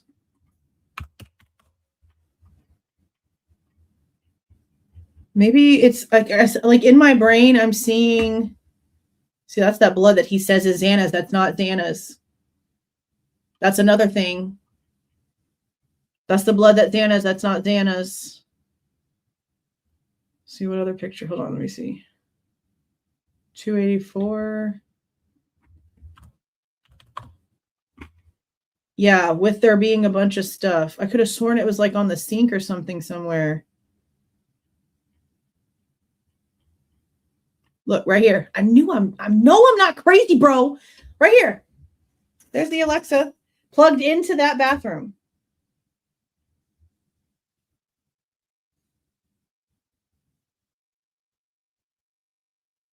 Right there. So I've always questioned, like, did it pick up something? Did it hear something? I don't know if they got a warrant for it or not. But it's also, again, guys, it's not just sitting there. That's plugged in. So I don't know if law enforcement plugged it in because they wanted to try to get information off of it, or if it was already plugged in there. Let me see if I can see other pictures of it from before that. Because again, these are like different dates.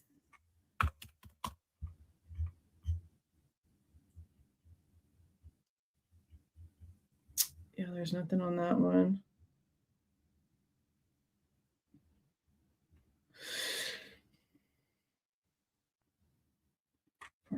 Movie. No, that goes into the hallway.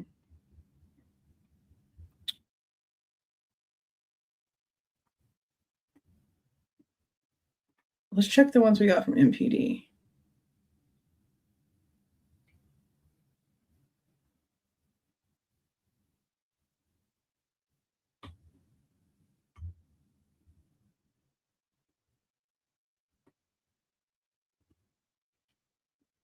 So here's the shared drive. Moscow. Okay, these are the pictures that we had gotten from like mainstream media posting that big drop of photos. Remember that? The first time that we ever saw these.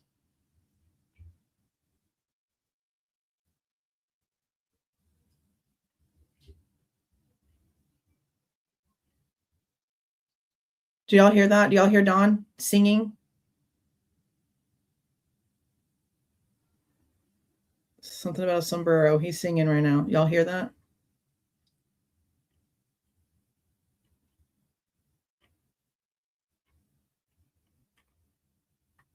I'm gonna flip these. It won't let me flip them.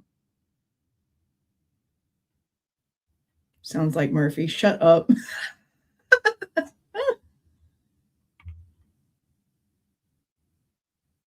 Do we not have pictures of that damn bathroom?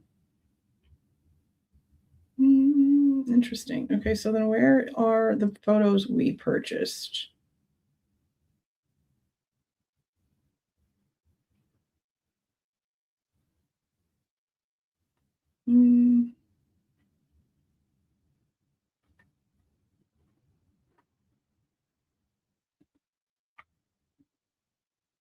No, that's the Blaker text messages.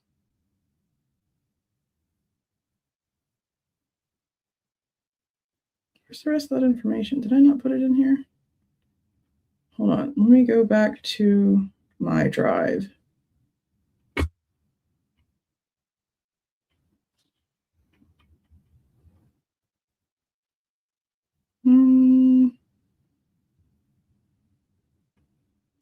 Are they in the wrong folder? Oh, yeah. Okay. Okay. So I actually have to click in this folder right here. Now, these are the ones that we got.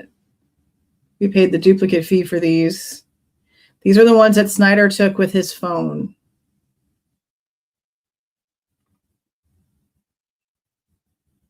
It was plugged in as the crime took place. Not just in the bathroom, but it was plugged in the bathroom as the crime took place. That's interesting. Yeah, I could have sworn the end of his little singy thingy in there was something about a sombrero. Oh, no.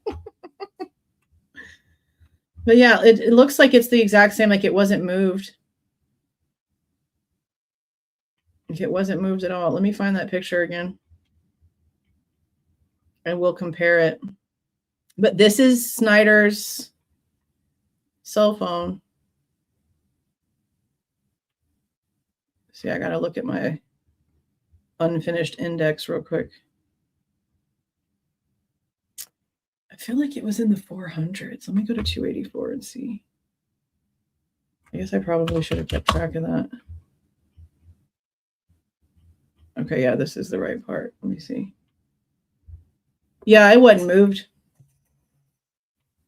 It wasn't moved one bit. Look. And this was days after. Like the cord looks like it's in the same place. Wraps up and over by the soap and plugs in that way. It's in the same position. It hasn't moved even a little. The cord does the same, up, wraps up, it goes around, goes by the soap and then comes up. Hadn't moved a bit. Hadn't moved a bit.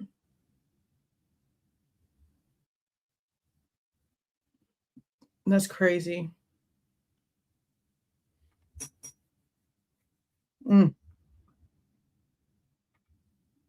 Yeah, I don't know how you wouldn't take that in. That's wild. I don't know how you wouldn't take that in. That is crazy. That is pretty crazy. I mean, how do you not like separate witnesses? Like, even if it's like a burglary, you separate the people. You don't let them huddle around each other for hours and then change clothes and shower and talk to whoever they want to talk to before they show back up at the precinct at their own freaking convenience. That's not normal. At first, he sure did say that MPD did a magnificent job, a remarkable was his word, remarkable job. Now, as of last night, he's like, oh, they did a comprehensive job. That's because people were telling him he's crazy. That's why. Welcome, Beehive. Welcome, welcome, welcome. Thank you for the gift of membership, K9 Captain. Thank you. I appreciate that. You know what, Lulu? I don't like lies either. Thank you for the $2.99. I don't like lies at all. I do not like lies whatsoever.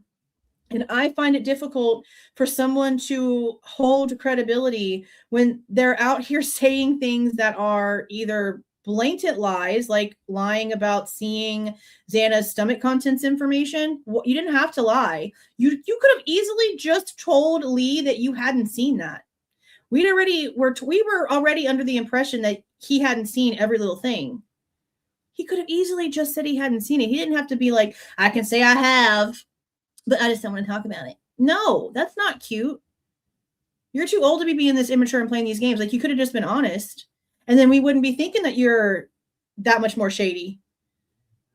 Because now you're lying about your own personal experience. It's one thing for you to say it's Xana's blood on the side of the table, even though we know that it's not, because the report that you're referencing has an amended portion that comes afterwards that you seem shocked that we knew existed.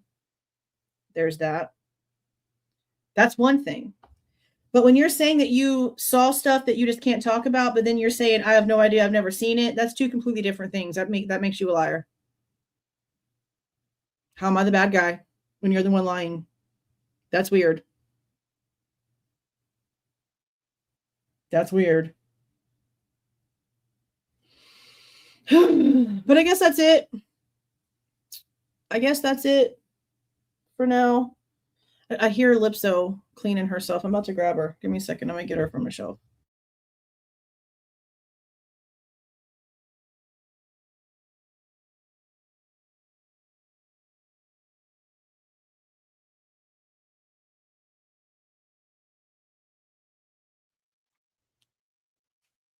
Say hello. She acts like she doesn't like to cuddle, but I can't walk anywhere without her following me. And she likes to be in here with me more than anywhere else. But she's just old and stuck in her ways with her little toasted marshmallow self. This is the one that's a little, oh, she's so tiny, but she's so fluffy. Why do you act like you hate me? I know that's a lie. You follow me all over the place. You trip me sometimes because you're in my feet. Stop lying. Yeah, I just want to talk. What? Okay, bye. Go over there. That's my gargoyle. It's the one that gets in all the places and stares at you. That's her. She's still over there. You barely see her. She's gonna try to get in the window. It's her favorite places. Yeah, she's crazy. All right, you guys, I'm gonna go ahead and get off of here. I mean, I knew that when I came out pushing against this, that it was going to cause a lot of issues and people are going to be mad at me about it. But I'm not here to follow a trend. I'm here for facts. And it just is what it is. And if you feel like I'm being disrespectful for asking questions and asking for somebody twice my age to be honest, then I don't know what to tell you. I'm not going to change the way that I do things. I'm sorry. When he's right, I'm going to push the facts and the documents and the FBI lab reports that prove that he's right. And when he's wrong, I'm going to push the shit that proves that he's wrong. That's just how it is. Damn. All right, guys. I'm going to go. It's 10:30. I will get the Kyle Fry interview stuff scheduled out for in the morning. I have to go in tonight and get all the pencil and stuff removed out of it. But tomorrow is Tuesday, so we will go live twice. Maybe. I don't want to talk about the book in a live again until I have the book Wednesday. So I don't know if I'll post a video tomorrow evening and we'll just do an early morning live or how that's going to work. You'll hear from me twice tomorrow. That's really all I can say. For sure, we're going to do a live either at around 11:45 or 1:45. It'll be one of those two times in order to go over Kyle Fry. But I don't know if we'll go live tomorrow night. FYI for that. All right, you guys. Thank you so much for being in here with me. Thank you for showing up and spending time. Thank you for the new members. Thank you for the super stickers and the super chats and the gifted memberships. And you guys just being in here and giving a shit about facts. Facts over anything else. No matter where it goes. No matter where it goes. You have a super, super great night. I have a little outro thing that I'm going to try to attempt to play out. It is not the long song. It is shorter. Just FYI. I'm trying to get situated. There's been some updates to StreamYard, so that's what's happening. Again, thank you so much for being in here with me tonight. I don't know if I can say see y'all again, so this is all trial and error. I'm going to go ahead and click this button. Okay? So, y'all have a great night. See y'all.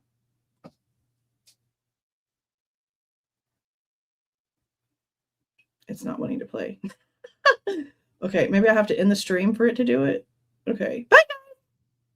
If you like the way that I present this information and give my opinion, please don't forget to leave a like on the way out. Subscribe to the channel if you have not subscribed already. And please don't forget to make sure that the notification bell is set to all so you don't miss any of my rants, reviews, reactions, updates, or deep dives.